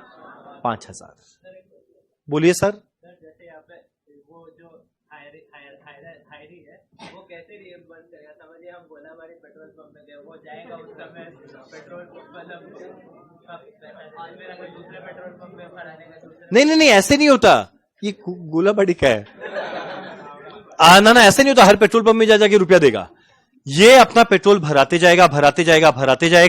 महीने के एंड में हायरिंग का बिल भेजा 80,000, डीजल का मान लो 20,000 भराया, पेट्रोल पंप में जाता है ना, उस संग में बिल दे देता है, तो पीछे अटैच करेगा, उसका ऐड करके 20,000 आया होगा। हाँ, डायरेक्टर यूज कर रहा है, पर पैसा डायरेक्टर थोड़ी, वो तो कंपनी देगा। कंपनी तो हायर पे लिया तो 80,000 दिया उसका, और डायरेक्टर जो घुमा उसका डीजल का 20,000 भी तो देगा। तुम लोग ये वाला बात समझा? यानी एक बात बताओ, इवेंचुअली जाके मेरा office and admin overhead general nature में पता है टोटल वैल्यू क्या आने वाला है? 1,05,000। बोलो क्लियर है? बोलो ना, प्लीज बोलो ना। पक्का क्लियर है? अब अगला 3 लाइन लॉलीपॉप है, फटाफट करते हैं, फटाफट। एक से बोलिए सर। हाँ, एकदम लगेगा। कॉम्पोजिट वाले में लगता ही है डबल। कॉम्पोजिट का यही तो प्रॉब्लम है। चलो अगला आता है पॉइंट नंबर 10। अब एक सेकेंड, पॉइंट नंबर 10 का आंसर देने वाली है, पहले हम पढ़ते फिर पूछते किससे। मेंटेनेंस कॉस्ट, आराम से मेरे से पूछ लेना, हमको भी आता है, ठीक। Maintenance cost paid for weighing bridge. Maintenance cost paid for weighing bridge, और वेइंग ब्रिज क्या चीज में काम आ रहा है? Used for weighing the final goods at the time of dispatch. बताओ, at the time of dispatch. तो डिस्पैच करने के लिए जो भी खर्चा लगा वो कहां जाने वाला है? Selling and distribution. अगर बाई चांस कोई फैक्ट्री में रेगुलरली विजिट करता है तो हम एक बात बताते हैं वहां पे पेमेंट कैसे होता है। सबसे पहले खाली ट्रक एंटर करता है, गेट पे ना एक तो वेइंग ब्रिज रहता है जमीन में लगा हुआ, ट्रक उस पर आता है। नहीं, काटा नहीं, काटा पे क्या ट्रक को बिठा देंगे, इतना बड़ा रहता है। खाली ट्रक आया, खाली ट्रक का वेट नोट किया जाता है, खाली ट्रक का वेट कितना है। बाद में अंदर गया, गुड्स लोड किया गया, वापस से लौट के आया, वापस से वे करते हैं अब ट्रक जो गुड्स के साथ आया इसका वेट कितना है, तब पता चलता है गुड्स का वेट कितना था। समझे क्या बोला? खाली ट्रक देख लिए, उसके ट्रक प्लस गुड्स मिलाकर कितना है, तो जो डिफरेंस आया वो गुड्स का ही तो आया। तो ये पता है हमेशा eight the time of dispatch जो गेट रहता है वहां पे ऐसा वेइंग ब्रिज रहता है। अब इसको जो मेंटेन करने का खर्चा है, इसका एकमात्र कारण क्या है? जो गुड्स को डिस्पैच कर रहे हैं उसको असिस्ट करना। तो मेरा कहां जाने वाला है? सेलिंग एंड डिस्ट्रीब्यूशन में। जाना यहां तक? वो इतना ज्यादा टन में रहता है, उसको अलग से मेजर किया नहीं जाता। हर फैक्ट्री के अंदर में इस तरीके से मेजर होता है। तुम्हारा फैक्ट्री में क्या चीज का फैक्ट्री है? आयरन स्टील फैक्ट्री तुम्हारा? तुम यहां क्या कर रहे हैं? कहां पर है? ये जगह का नाम है, जगह का नाम है बजरंगबली। नाइस। चलो मेरा अगला है पॉइंट नंबर 11। क्या लिखा हुआ है? AMC cost of CCTV. जीवन में सीसीटीवी देखा है? नहीं देखा तो यहां देख लो। अब जो मेरा सीसीटीवी है ना, उसका एएमसी का मतलब एनुअल मेंटेनेंस कॉन्ट्रैक्ट। तो जैसे हम लोग का भी एएमसी लिया हुआ है, कोई प्रॉब्लम होगा वो आके ठीक करेगा, उसके लिए चार्ज देता है साल का। अब मेरा सीसीटीवी को ना इंस्टॉल किया गया, उसका एएमसी लग रहा है। अब देख, सीसीटीवी ना 2 जगह लगाया है, एक वेइंग ब्रिज में, वही final goods at the time of dispatch में जो आता है वहां पे एक सीसीटीवी है, और अगला फैक्ट्री प्रेमाइसेस, फैक्ट्री के अंदर में एक सीसीटीवी है। 2 सीसीटीवी है, एक वेइंग ब्रिज के सामने, एक फैक्ट्री प्रेमाइसेस के अंदर में, और दोनों का पता है एएमसी कॉस्ट लगता है 6,000 18,000 पर मंथ। तुम लोग तो 6,000 और 18,000, एक खर्चा कहीं जाएगा, एक खर्चा कहीं और जाएगा। तुम लोग बताओ कौन सा खर्चा कहां जाएगा? पहले बताओ, जो वेइंग ब्रिज पे सीसीटीवी लगाया उसका खर्चा कहां जाएगा? Selling and distribution. Very good. और जो फैक्ट्री के अंदर में सीसीटीवी लगाया वो कहां जाएगा? Factory overhead. बोलो क्लियर है? बोलो ना पक्का? लास्ट में TAD and hotel bill paid for sales manager. कोई सेल्स मैनेजर है उसका, वो होटल में जाके रुका, डीएनएस अलाउंस सब दिया। बोलो कहां जाने वाला है? Selling and distribution. बनाना क्या है? Cost sheet. तो पूरा क्वेश्चन सिंपल था, खाली वो हायर चार्जेस था ना कार वाला, एक वो ढंग का था कि तुम लोग का जीएसटी पढ़ा हुआ नहीं था। जिनका पढ़ा हुआ था वो लोग रिलेट कर लिया होगा, कंपोजिट सप्लाई होता है। चलो डन, फटाफट करना है क्वेश्चन। समय मिलता है 5 मिनट, फिर करते हैं आज का लास्ट क्वेश्चन। कौन बोला हो गया?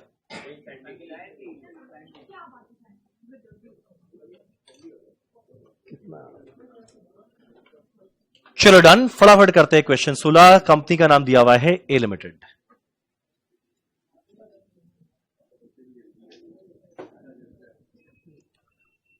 अब से तुम लोग के ना हर क्लास में हम इंसेंटिव देगा, ये हम सोचे हैं। Every class.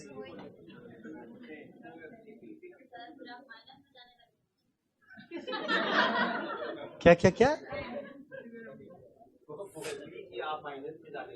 माइनस में? ऐसा नहीं।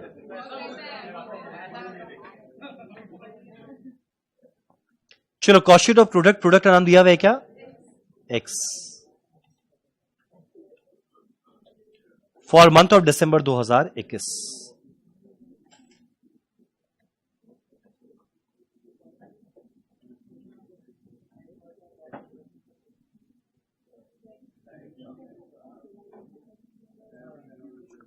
ना शोभिन, ये बोला कि कॉस्ट में ऐसा टैक्स का और बहुत जगह लगेगा क्या? बस ये पहला और आखिरी जगह था, और आगे पूरे कॉस्ट में टैक्स का कोई ज्ञान नहीं है, तो डोंट वरी। चलो यहां लिखते हैं particulars, detail rupees, amount rupees. चलो मेरा कॉस्ट शीट का पहला line raw material consume clear cut दे दिया है 15 लाख। अर्चित ने कहा डन, स्वप्ना ने कहा डन,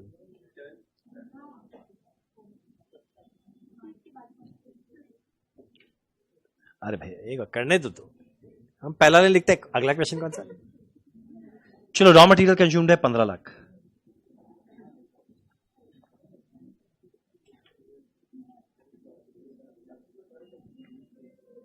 अब मेरा डायरेक्ट वेजेस में आने वाला है दो चीज, एक वेजेस एंड सैलरी पेड, अगला ग्रेच्युटी एंड लीव इनकैशमेंट 44,20,000। हम ब्रैकेट में दिखा दे।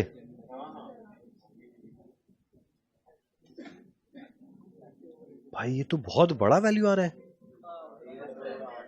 1,08,20,000। Oh my God. नहीं, एग्जाम में डिटेल कॉलम में दिखाना। हाँ, नाम लिख के डिटेल कॉलम लिख के टोटल बाहर, जैसे अभी तक हर क्वेश्चन में कर रहे थे। ठीक,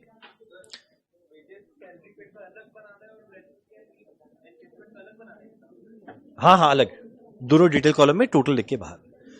चलो मेरा अगला आने वाला है डायरेक्ट एक्सपेंस। आज जैसे हम बताए थे कैसे लिखना है, ये कंफ्यूज हो रहे तुम लोग। अब जैसे मान लो डायरेक्ट एक्सपेंस में कैसे लिखेगा, पहला पावर 91,000,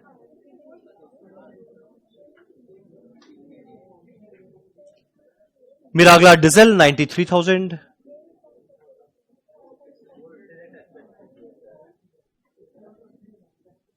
अगला high charges paid for HEMM 13 lakh.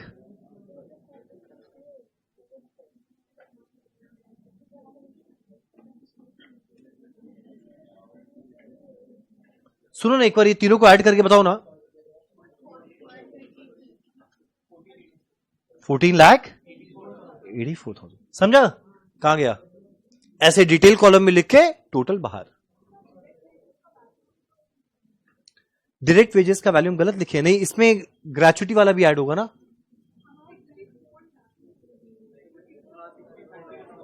ये हम गलत लिखा है,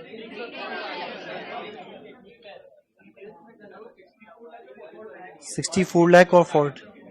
अच्छा ओके 64 लाख 44 लाख 20 है। ओके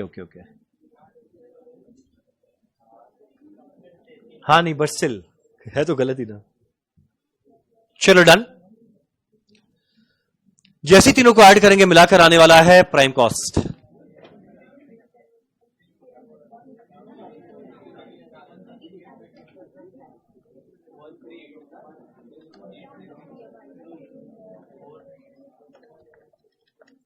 $13,804,000 क्या मैंने यहां तक सही लिखा? 18,000 18,000 कौन सा? वो तो फैक्ट्री ओवरहेड है ना। ठीक, चलो पहला 6 लाइन डन। अब इसका जो पॉइंट नंबर 7, 8, 9 है, ये तीनों मिला के ऑफिस ओवरहेड जनरल नेचर था। गाड़ी को हायर पे लिए 80,000, पेट्रोल भी डीजल भी रीइंबर्स किए 20,000, बिल का वैल्यू आया 1 लाख, उसमें जीएसटी ऐड किया 5%, 1,05,000। अब मेरा फैक्ट्री ओवरहेड के अंदर में आई थिंक ओनली एक ही चीज है, ओनली एक चीज आया 18,000। वही तो बहुत छोटा सा सिंपल क्वेश्चन है। ठीक, जो फैक्ट्री के अंदर में सीसीटीवी था उसका खर्चा तो फैक्ट्री ओवरहेड में गया। चलिए ऐड करते आएगा gross factory works cost, opening closing WIP नहीं, नेट फैक्ट्री वर्क्स कॉस्ट। पांचों नया खर्चा भी नहीं है। Quality control, research and development, admin overhead, production nature, sale और स्क्रैप, प्राइमरी पैकिंग कुछ नहीं है। कॉस्ट ऑफ प्रोडक्शन भी आ गया। ओपनिंग क्लोजिंग एफजी भी नहीं है, सीओजीएस आ गया।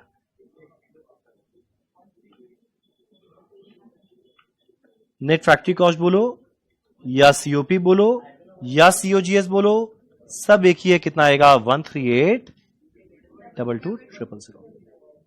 बोलो सिंपल है।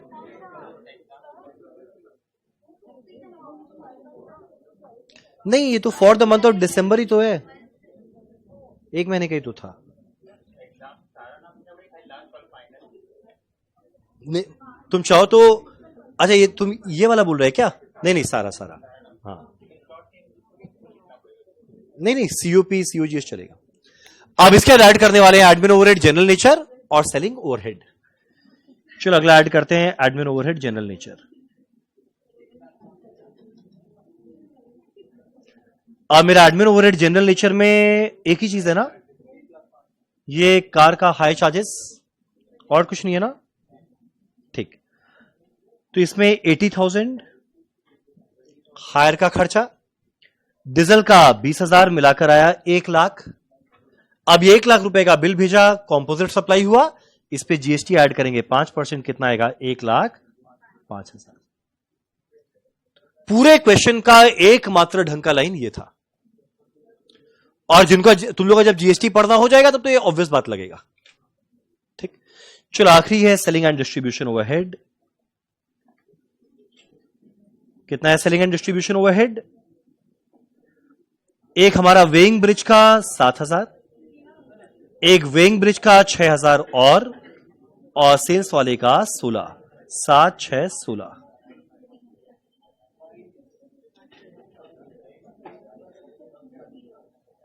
$29,000 आया ना। चलो मिलाकर आया कॉस्ट ऑफ सेल, ये कितना आ जाएगा? 1,395,600। चलो ऐड करेंगे प्रॉफिट, क्या मिलेगा? सेल। अच्छा, प्रॉफिट या सेल दोनों नहीं है? बोलो एक सेकंड।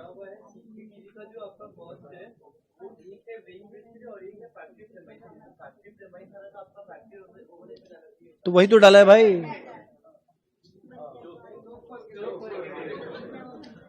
चलो डन,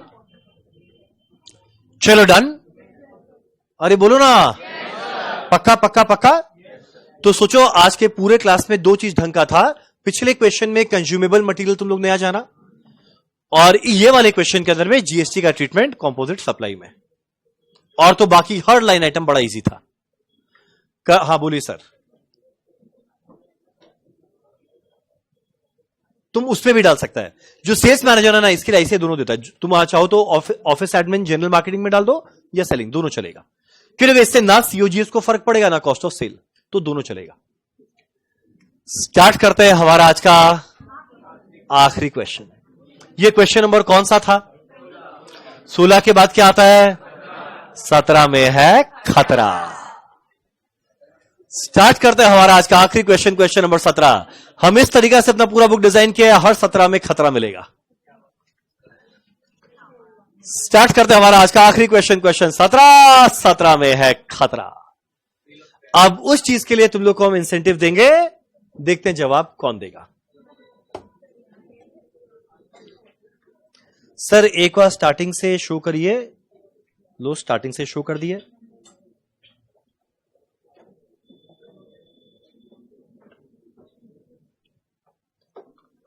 खाली एक ही एडजस्टमेंट अच्छा है, खाली एक ही, और वो जो एडजस्टमेंट है ना, हा हा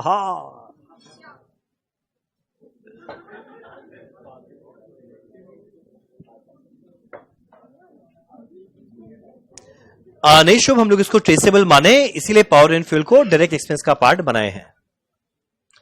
स्वतंत्रता द्विवेदी कह रहे हैं हम खतरों के खिलाड़ी हैं, कर लेंगे।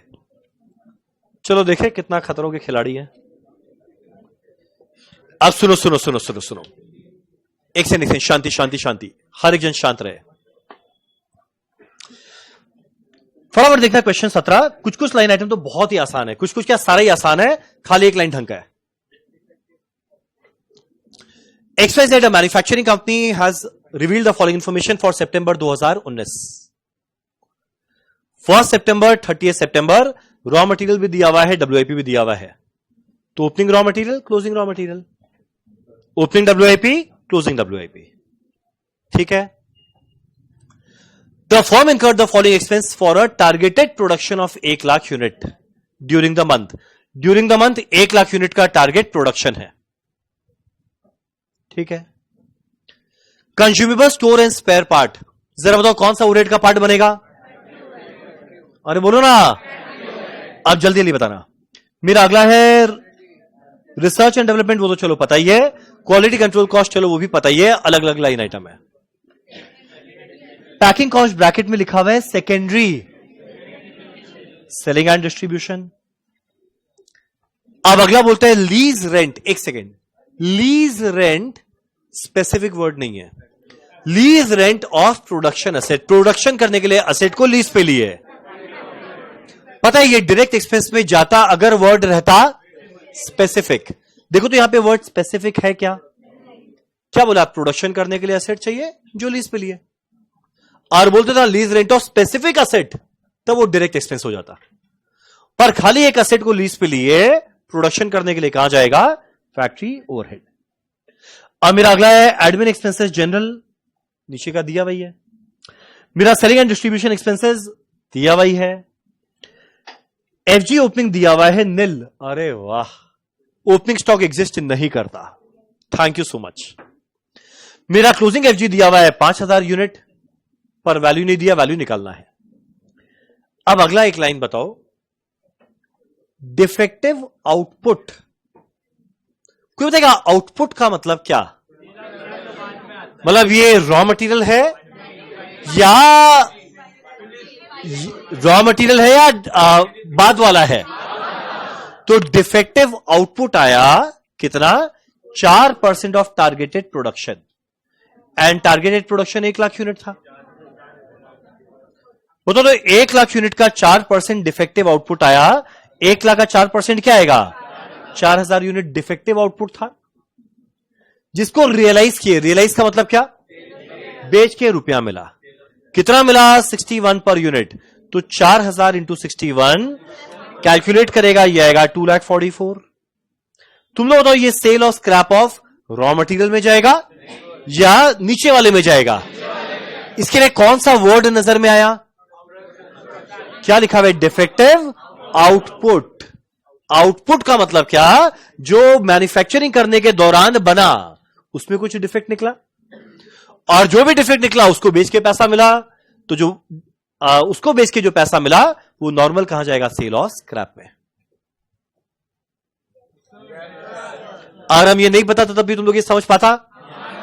अगला लाइन, क्लोजिंग स्टॉक को वैल्यू करना है eight cost of production excluding admin expense. Excluding माने क्या?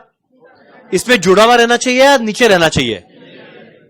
और देखो वैसे एडमिन एक्सपेंस जनरल नेचर था तो ऐसे सीओजीएस में रहता भी नहीं, वो तो सीओजीएस के बाद में आता। अरे वाह, सीओजीएस बेचारा बता ही दिया। सीओजीएस दिया हुआ है एक्सक्लूडिंग एडमिन 78,26,000, सीओजीएस दिया हुआ है 78,26,000। ठीक, जरा पेज पलट, अगले पेज में देखो लिखा हुआ है direct employ cost. Direct employ cost माने मेरा डायरेक्ट वेजेस दिया हुआ है half of cost of material consumed, यानी मेरा जितना रॉ मटेरियल कंज्यूम्ड रहेगा इसका आधा डायरेक्ट वेजेस है। सेलिंग प्राइस दिया हुआ है 110 रुपया per unit. You are required to, देखो पहला part, you are required to calculate the value of material purchase and बनाना है कॉस्ट शीट। क्या लगता है हो जाएगा? कैसे हो जाएगा? परचेज ही नहीं दिया हुआ है। कोई बताओ क्वेश्चन को कैसे करें? सही बोला, कैसे करेंगे? Back calculation. और बताओ बैक कैलकुलेशन के लिए एक बड़ा काम का नंबर चाहिए था। क्या चाहिए था? सीओजीएस, जो हमारे क्वेश्चन में दिया हुआ है। मेरे को लग रहा है ऐसा क्वेश्चन शायद किए थे हम लोग, नहीं एक ही किए थे, किए हुए ना ऐसा क्वेश्चन। तो यानी कभी भी ऐसा क्वेश्चन आए, कॉस्ट शीट का फॉर्मेट बना, जो जो वैल्यू दिया वैल्यू पुट कर, सीओजीएस दे दिया, ठीक उल्टा चलेंगे, क्या मिल जाएगा? परचेस। हाँ भाई स्टार्ट करते हैं हमारा आज का आखिरी क्वेश्चन, क्वेश्चन नंबर 17। हो गया सही में? हमारे सूरज ने कहा डन। आपका नाम? हमारे मिस्टर पीयूष ने कहा डन। आपका नाम सुनहरे अक्षरों में लिखा जाएगा। ठीक, बनाते हैं कॉस्ट शीट का फॉर्मेट। परचेज का वैल्यू नहीं पता, ब्लैंक छोड़ना, और जो जो वैल्यू दिया वैल्यू पुट करते जाओ, अपने आप बैक कैलकुलेशन से हो जाएगा। सूरज बोल रहा है सर ये तो बहुत इजी है, होमवर्क दे दो। अच्छा हो जाएगा सर, बैठ जाइए आप। अच्छा बैठ जाइए आप सर, रिवर्स चलेंगे, कॉस्ट शीट बनाओ, बैक कैलकुलेशन करो using COGS, so simple. Prachi ने कहा डन। प्राची जी आप कहां के रहने वाले हैं?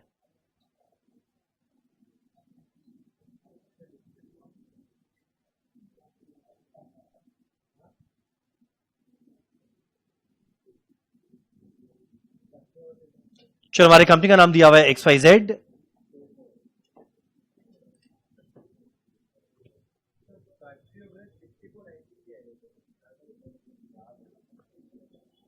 फैक्ट्री ओवरहेड आएगा क्यों? दिया हुआ ही है, उतना मेरे को याद नहीं रहता। क्या हम सुबह बैठ के रट के आते हैं क्या? सर हरियाणा से। ओहो, मेरा फेवरेट स्टेट।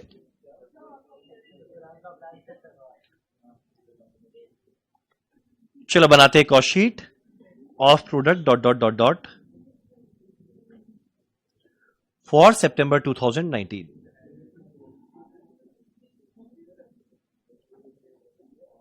ना ना ना, डिस्कस करके नहीं, डिस्कस करके तो हो ही जाएगा। हर एक जन अपने आप ट्राई करो।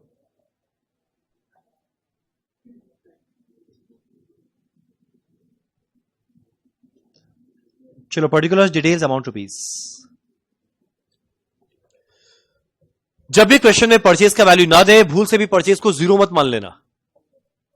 कुछ लोग होते हैं डेढ़ होशियार, परचेज नहीं है, जीरो,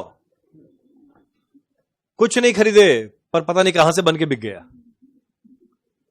वैसा फैक्ट्री थोड़ी है, आलू डालो सोना निकलेगा। हाँ, आलू भी तो लेना ही पड़ेगा। चलो, हमारे कॉस्ट शीट का पहला लाइन क्या आने वाला है? Raw material consumed.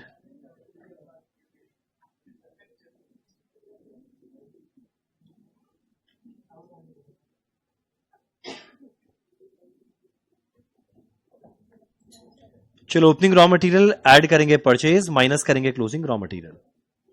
देखो तो हमारे क्वेश्चन में क्या क्या वैल्यू दिया हुआ है और क्या क्या वैल्यू मिसिंग है। मेरा ओपनिंग रॉ मटेरियल दिया हुआ है, एकदम दिया हुआ है 2,42,000। क्लोजिंग रॉ मटेरियल दिया हुआ है 292। परचेज का नामो निशान नहीं है, इनफैक्ट वही तो कैलकुलेट करना है। तो जब परचेज नहीं पता तो रॉ मटेरियल कंज्यूम भी पता नहीं है, पर है तो जरूर, तो ये वैल्यू पता नहीं है, ब्लैंक छोड़े। अब मेरा कॉस्ट शीट का सेकंड लाइन क्या आने वाला है, डायरेक्ट वेजेस। तो मिलेगा डायरेक्ट वेजेस के बारे में कुछ नहीं लिखा, अगले पेज में लिखा हुआ था डायरेक्ट वेजेस क्या रहेगा, half of raw material consumed. पर बताओ रॉ मटेरियल कंज्यूम नहीं पता तो वेजेस भी नहीं पता, पर रहेगा जरूर, तो बस लिखकर ब्लैंक छोड़ते हैं।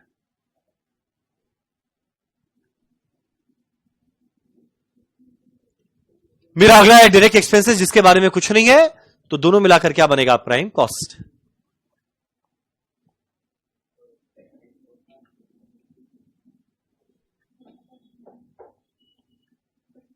ठीक, ना रॉ मटेरियल कंज्यूम पता, ना डायरेक्ट वेजेस पता, ना प्राइम कॉस्ट पता, पर सब कुछ है। प्राइम कॉस्ट के बाद ऐड करने वाले मेरा पहला ओवरहेड, हमारे पहले ओवरहेड का नाम क्या, फैक्ट्री ओवरहेड।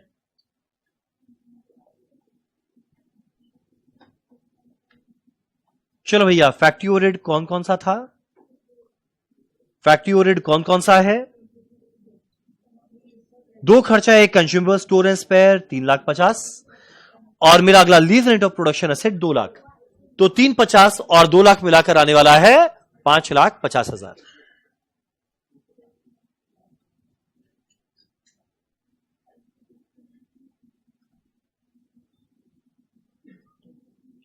चलिए, मिलाकर आने वाला है ग्रॉस फैक्ट्री या वर्क्स कॉस्ट।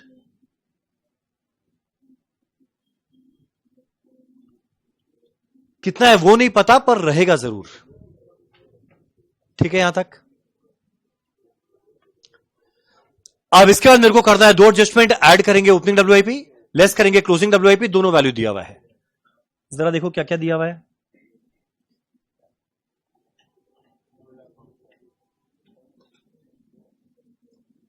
चलो ऐड करेंगे ओपनिंग डब्ल्यूआईपी, लेस करेंगे क्लोजिंग डब्ल्यूआईपी, देख दोनों वैल्यू दिया हुआ है।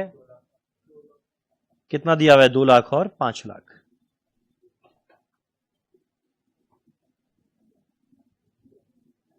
चलिए आएगा -3 लाख।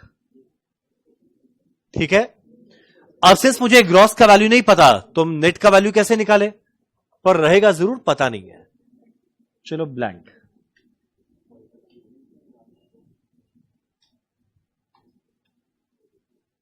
चलो मेरा क्वेश्चन आ रहा है वो इंसेंटिव वाला। ठीक, अब मेरा नेट फैक्ट्री वर्क्स कॉस्ट आ गया। इसके बाद करना है 5 नया खर्चा। पहला आने वाला है क्वालिटी कंट्रोल कॉस्ट। देखो तो क्वालिटी कंट्रोल कॉस्ट है क्या, नामो निशान नहीं। मेरा अगला देखता है रिसर्च। ओ सॉरी क्वालिटी, सॉरी, ये मत बोलना, चोक खोल के देखिए। क्लोजिंग एफजी में हम बोलेंगे चोक खोल के देखिए। चलो मेरा क्वालिटी कंट्रोल कॉस्ट दिया हुआ है 2 लाख। चलो भैया लिखते हैं quality control cost. Quality control cost कितना था, 2 लाख। मेरा अगला है रिसर्च एंड डेवलपमेंट कॉस्ट। जरा देखो क्वेश्चन में दिया हुआ है क्या, एकदम दिया हुआ है 2,50,000।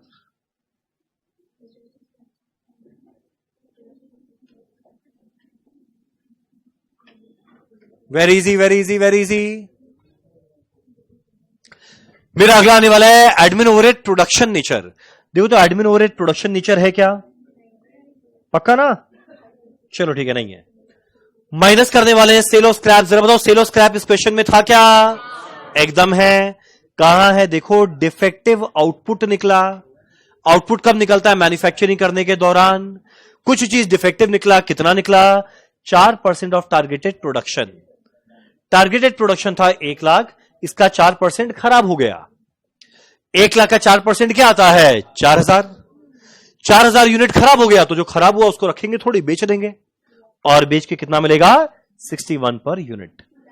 तो माइनस करेंगे sale of scrap. 1 lakh unit बनाए जिसका 4,000 खराब हो गया, और 4,000 यूनिट को बेच के मिला है @61, कितना आएगा, 2,44,000। क्या मैंने यहां तक सही लिखा। अब इसके बाद आने वाला है प्राइमरी पैकिंग कॉस्ट। जरा देखो प्राइमरी पैकिंग कॉस्ट क्वेश्चन में दिया हुआ है क्या, नहीं या नहीं, शॉर्ट मिलाकर क्या आ जाएगा, कॉस्ट ऑफ प्रोडक्शन। अब जब तक नेट वर्क्स कॉस्ट नहीं पता तो कॉस्ट ऑफ प्रोडक्शन कैसे आएगा। ठीक है, कॉस्ट ऑफ प्रोडक्शन नहीं दिया हुआ है। अब ऐड करना है ओपनिंग एफजी लेस करना है क्लोजिंग एफजी। देखो तो हमारे क्वेश्चन में ओपनिंग एफजी दिया हुआ है क्या? दिया हुआ तो है पर क्या लिखा हुआ है? निल। तो निल लिखना नहीं लिखना एक ही बात, तो ओपनिंग एफजी नहीं है। चलो वेरी गुड। क्लोजिंग एफजी है, बिल्कुल है 5000 यूनिट। माइनस करेंगे क्लोजिंग एफजी 5000 यूनिट, पर क्लोजिंग एफजी को वैल्यू करना है सीओपी पे। जब सीओपी नहीं पता तो क्लोजिंग एफजी कैसे पता चलेगा? तो ब्लैंक छोड़ देते हैं। अब अगला आने वाला है सीओजीएस। पता है अब क्वेश्चन हो जाएगा। देखो हमारे क्वेश्चन में सीओजीएस का वैल्यू दिया हुआ था, उस पेज के आखिरी लाइन में देखना सीओजीएस का वैल्यू दिया हुआ है, और जरा देखो कितना दिया हुआ है। मेरा कॉस्ट ऑफ गुड सोल्ड दिया हुआ है एक्सक्लूडिंग एडमिन, यानी इसमें एडमिन नहीं जुड़ा हुआ है, जुड़ा होना भी नहीं चाहिए क्योंकि वो तो जनरल नेचर था। कितना दिया हुआ है? 78,26,000। ठीक है, अब आगे दो लाइन आएगा, लिख देते हैं, फिर बैक कैलकुलेशन कर लेंगे। अब मेरा सीओजीएस के बाद मेरे को ऐड करना है एडमिन ओवरहेड जनरल नेचर। देखो तो एडमिन ओवरहेड जनरल नेचर है क्या?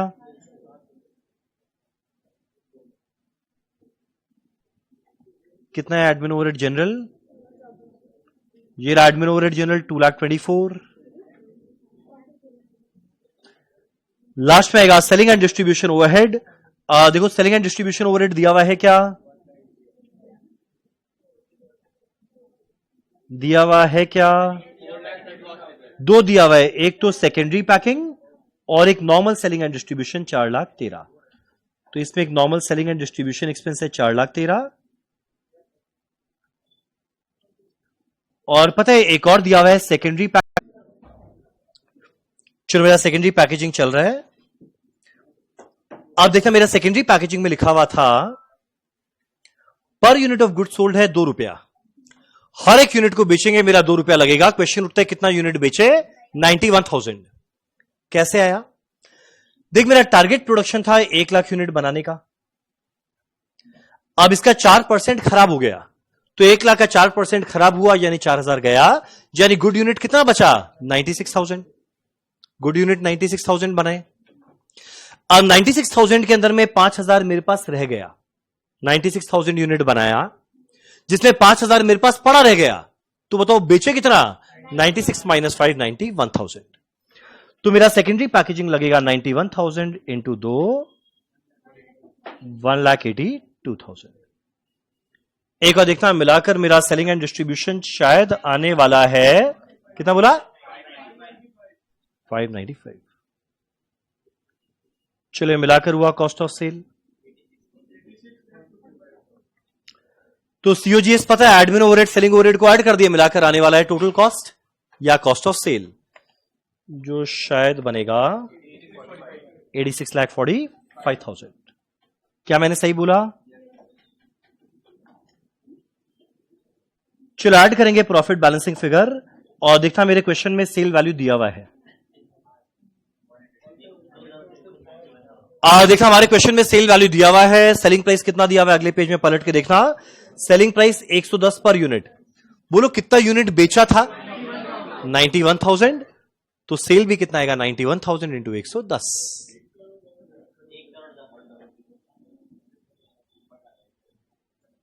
91,000 इंटू 110 कितना आएगा? 1,10,00,000।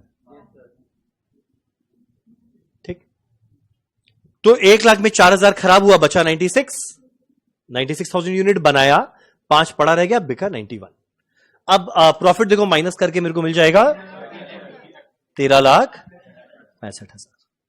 तो बोलेगा इतना सा कर लेने पे फुल मार्क्स मिलेगा? बिल्कुल नहीं भैया, ऊपर तो पूरा पूरा सूना सूना चल रहा है, तो सूनेपन को भरना पड़ेगा। अब इसके लिए मुझे करना पड़ेगा बैक कैलकुलेशन।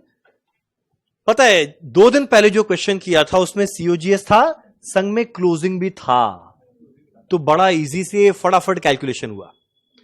पर लोचा ये कि बैक कैलकुलेशन करने के लिए, यहां से यहां जाने के लिए मुझे क्लोजिंग एफजी लगेगा, जो दिया नहीं है। तो पता है मेरे को क्या करना पड़ेगा? क्लोजिंग एफजी कैलकुलेट करना पड़ेगा। क्वेश्चन उठता है कैलकुलेशन कैसे करेंगे? बताओ कैलकुलेशन कैसे करेंगे? हाँ 1 मिनट, क्या पता है पहला तरीका क्या है? क्लोजिंग एफजी को वैल्यू करना है कॉस्ट ऑफ प्रोडक्शन पे, ओपनिंग स्टॉक तो है नहीं, यानी 4 मेथड लगेगा नहीं, क्लोजिंग जो बचा वो कॉस्ट ऑफ प्रोडक्शन से बचा। एक तरीका क्या है कॉस्ट ऑफ प्रोडक्शन, हम 2 तरीका बताएगा, ठीक है, तुम लोग कौन सा करें हम। कॉस्ट ऑफ प्रोडक्शन को एक्स ले ले। अब अगला क्वेश्चन उठता है, ये जो खर्चा लगा एक्स कितने यूनिट के लिए लगा, जितना यूनिट बनाया गया, बताओ यूनिट कितना बना, 1 लाख बना, जिसमें 4000 माइनस कर दिए जो कचरा निकला, तो प्रोड्यूस कितना हुआ 96,000। क्लोजिंग एफजी कितना था 5000, बेचे कितना 91,000। तो होता है पहला तरीका क्या है, इसको माने एक्स, तो क्लोजिंग एफजी कितना आएगा, एक्स लगा 96,000 के लिए, तो 5000 के लिए कितना, एक्स लगा 96,000 के लिए, तो 5000 के लिए कितना, ये भी आएगा एक्स फेड हाउस में, तो दिस माइनस दिस आया, ये सॉल्व करते एक्स का वैल्यू मिलेगा। पहला तरीका मेरे को अच्छा नहीं लगता, मुझे तरीका वाहियात लगता है। अब अगला तरीका बताए, तुम लोग बताओ, अच्छा ठीक है, बताओ, हम समझ गए, हम बताते हैं। तुम लोग एक बात बताओ, ये जो खर्चा था वो कितने यूनिट के लिए था, ये खर्चा कितने यूनिट के लिए था, ये खर्चा कितने यूनिट के लिए है 91,000, तो डिवाइड करते ही पर यूनिट नहीं मिल जाएगा। 78,26,000 लगा कितने यूनिट के लिए, 91,000 के लिए। ये कॉस्ट 96 का होता, ये वैल्यू 5000 का होता, ये वाला वैल्यू 91,000 का है, तो भैया मेरा ये खर्चा है 91,000 का, तो क्या पर यूनिट नहीं मिल जाएगा। सुनो ना एक बार कैलकुलेट करके बताओ कितना आएगा, 78,26,000 डिवाइड बाय 91,000 कितना आएगा 86 पर यूनिट, एक यूनिट का 86, तो भैया अगर 5000 यूनिट है क्लोजिंग एफजी, वैल्यू क्या आएगा 5000 इंटू 86। एक मिनट, तुम लोगों को कौन सा तरीका बेटर लगा, पहला वाला या दूसरा वाला। पहला वाला करने में फालतू में टाइम लगेगा, सेकंड वाला ज्यादा स्मार्ट तरीका था। प्रोडक्शन करने का खर्चा जितना यूनिट बनाया उसके लिए 96, क्लोजिंग एफजी वाला वैल्यू 5000 के लिए, तो 96 में से 5 माइनस किए, मतलब ये वैल्यू आएगा 91 के लिए। डन। चलो एक काम करें, क्लोजिंग एफजी का वैल्यू कैलकुलेट करते हैं। ब्रैकेट में लिखे 78,26,000 लगा 91 के लिए, ये खर्चा था 91 के लिए, तो क्लोजिंग स्टॉक 5000 का वैल्यू क्या आएगा। एक बार कैलकुलेट करना कितना आएगा, ये 4,30,000। अब सिंपल सा बैक कैलकुलेशन करना है। डन। अब ध्यान देना, जब उल्टा चलेंगे तो उल्टा चलने के समय माइनस माइनस नहीं प्लस हो जाएगा, तो 78,26 प्लस 4,30,000 कितना आएगा 82,56,000। मानते हो हाँ, यहां माइनस लिख दे, एक ही बात है। मानते हो। अब वापस से उल्टा चलना है। अब जब वापस से उल्टा चलेंगे तो मुझे पहुंचना है इधर में, जब उल्टा चलेंगे ध्यान देना माइनस माइनस नहीं प्लस हो जाएगा, प्लस प्लस नहीं माइनस हो जाएगा, तो 82,56 था, ये वैल्यू माइनस हुआ था, उल्टा चलने के समय प्लस कर देना, प्लस 244, और ये दोनों को माइनस कर देंगे, 250 और 2 लाख, कितना हो जाएगा 80,50,000। ठीक है, यहां तक बैक कैलकुलेशन करके देखो। ठीक, अब आगे उल्टा चले, ये वापस से उल्टा चलना है, जब उल्टा चलेंगे ध्यान देना माइनस माइनस नहीं प्लस हो जाएगा, तो ये कितना आएगा 83,50,000। वापस उल्टा चलना है और ये वैल्यू प्लस किया गया था, उल्टा चल करने के समय माइनस हो जाएगा, तो 83,50 में से 550 गया, क्या बचेगा 78 लाख। ठीक, अब 78 लाख आ तो गया, अब ये 78 लाख में दोनों खर्चा है, रॉ मटेरियल कंज्यूम्ड भी है, डायरेक्ट वेजेस भी है। और एक बात बता, क्वेश्चन में लिखा था डायरेक्ट वेजेस क्या है, रॉ मटेरियल कंज्यूम्ड का हाफ। बोलो आगे कैसे बढ़े। एक काम करते हैं ना, रॉ मटेरियल कंज्यूम्ड को अगर एक्स मानेंगे तो एक कुछ भी मानो, आंसर सेम आएगा। मेरा रॉ मटेरियल कंज्यूम्ड को अगर एक्स मान लेंगे, मेरा डायरेक्ट वेजेस क्या आएगा, रॉ मटेरियल कंज्यूम्ड का आधा, और x डिवाइडेड बाय 2 क्या होता है 0.5x, तो दोनों मिला के 78 लाख। सॉल्व करो क्या मिल जाएगा x का वैल्यू। समझा मैंने क्या बोला? चलो फटाफट नीचे वर्किंग नोट में बना लिए एक लाइन का। सही से बताना क्वेश्चन कैसा था? इजी नहीं था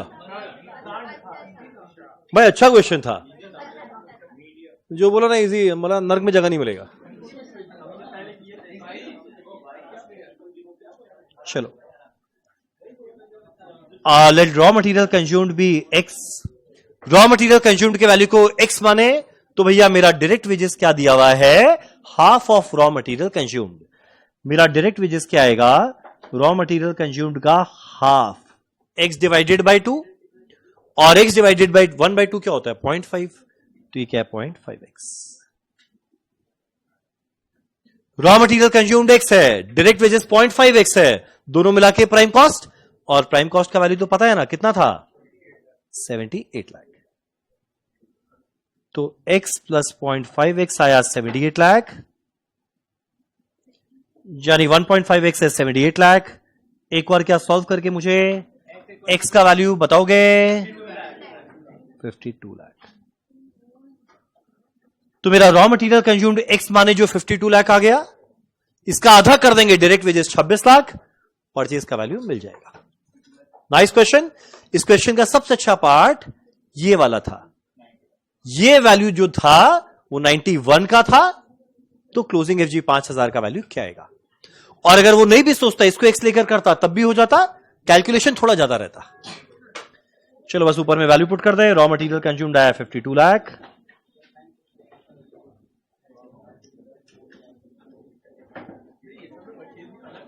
हाँ क्वेश्चन का पहला पार्ट में भाई पूछा है वैल्यू ऑफ मटेरियल परचेज, तब भी निकालते।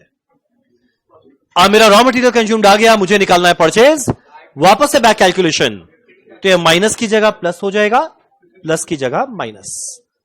चलो 52 लाख प्लस 292 माइनस 242 कितना आएगा? 52 लाख 50,000।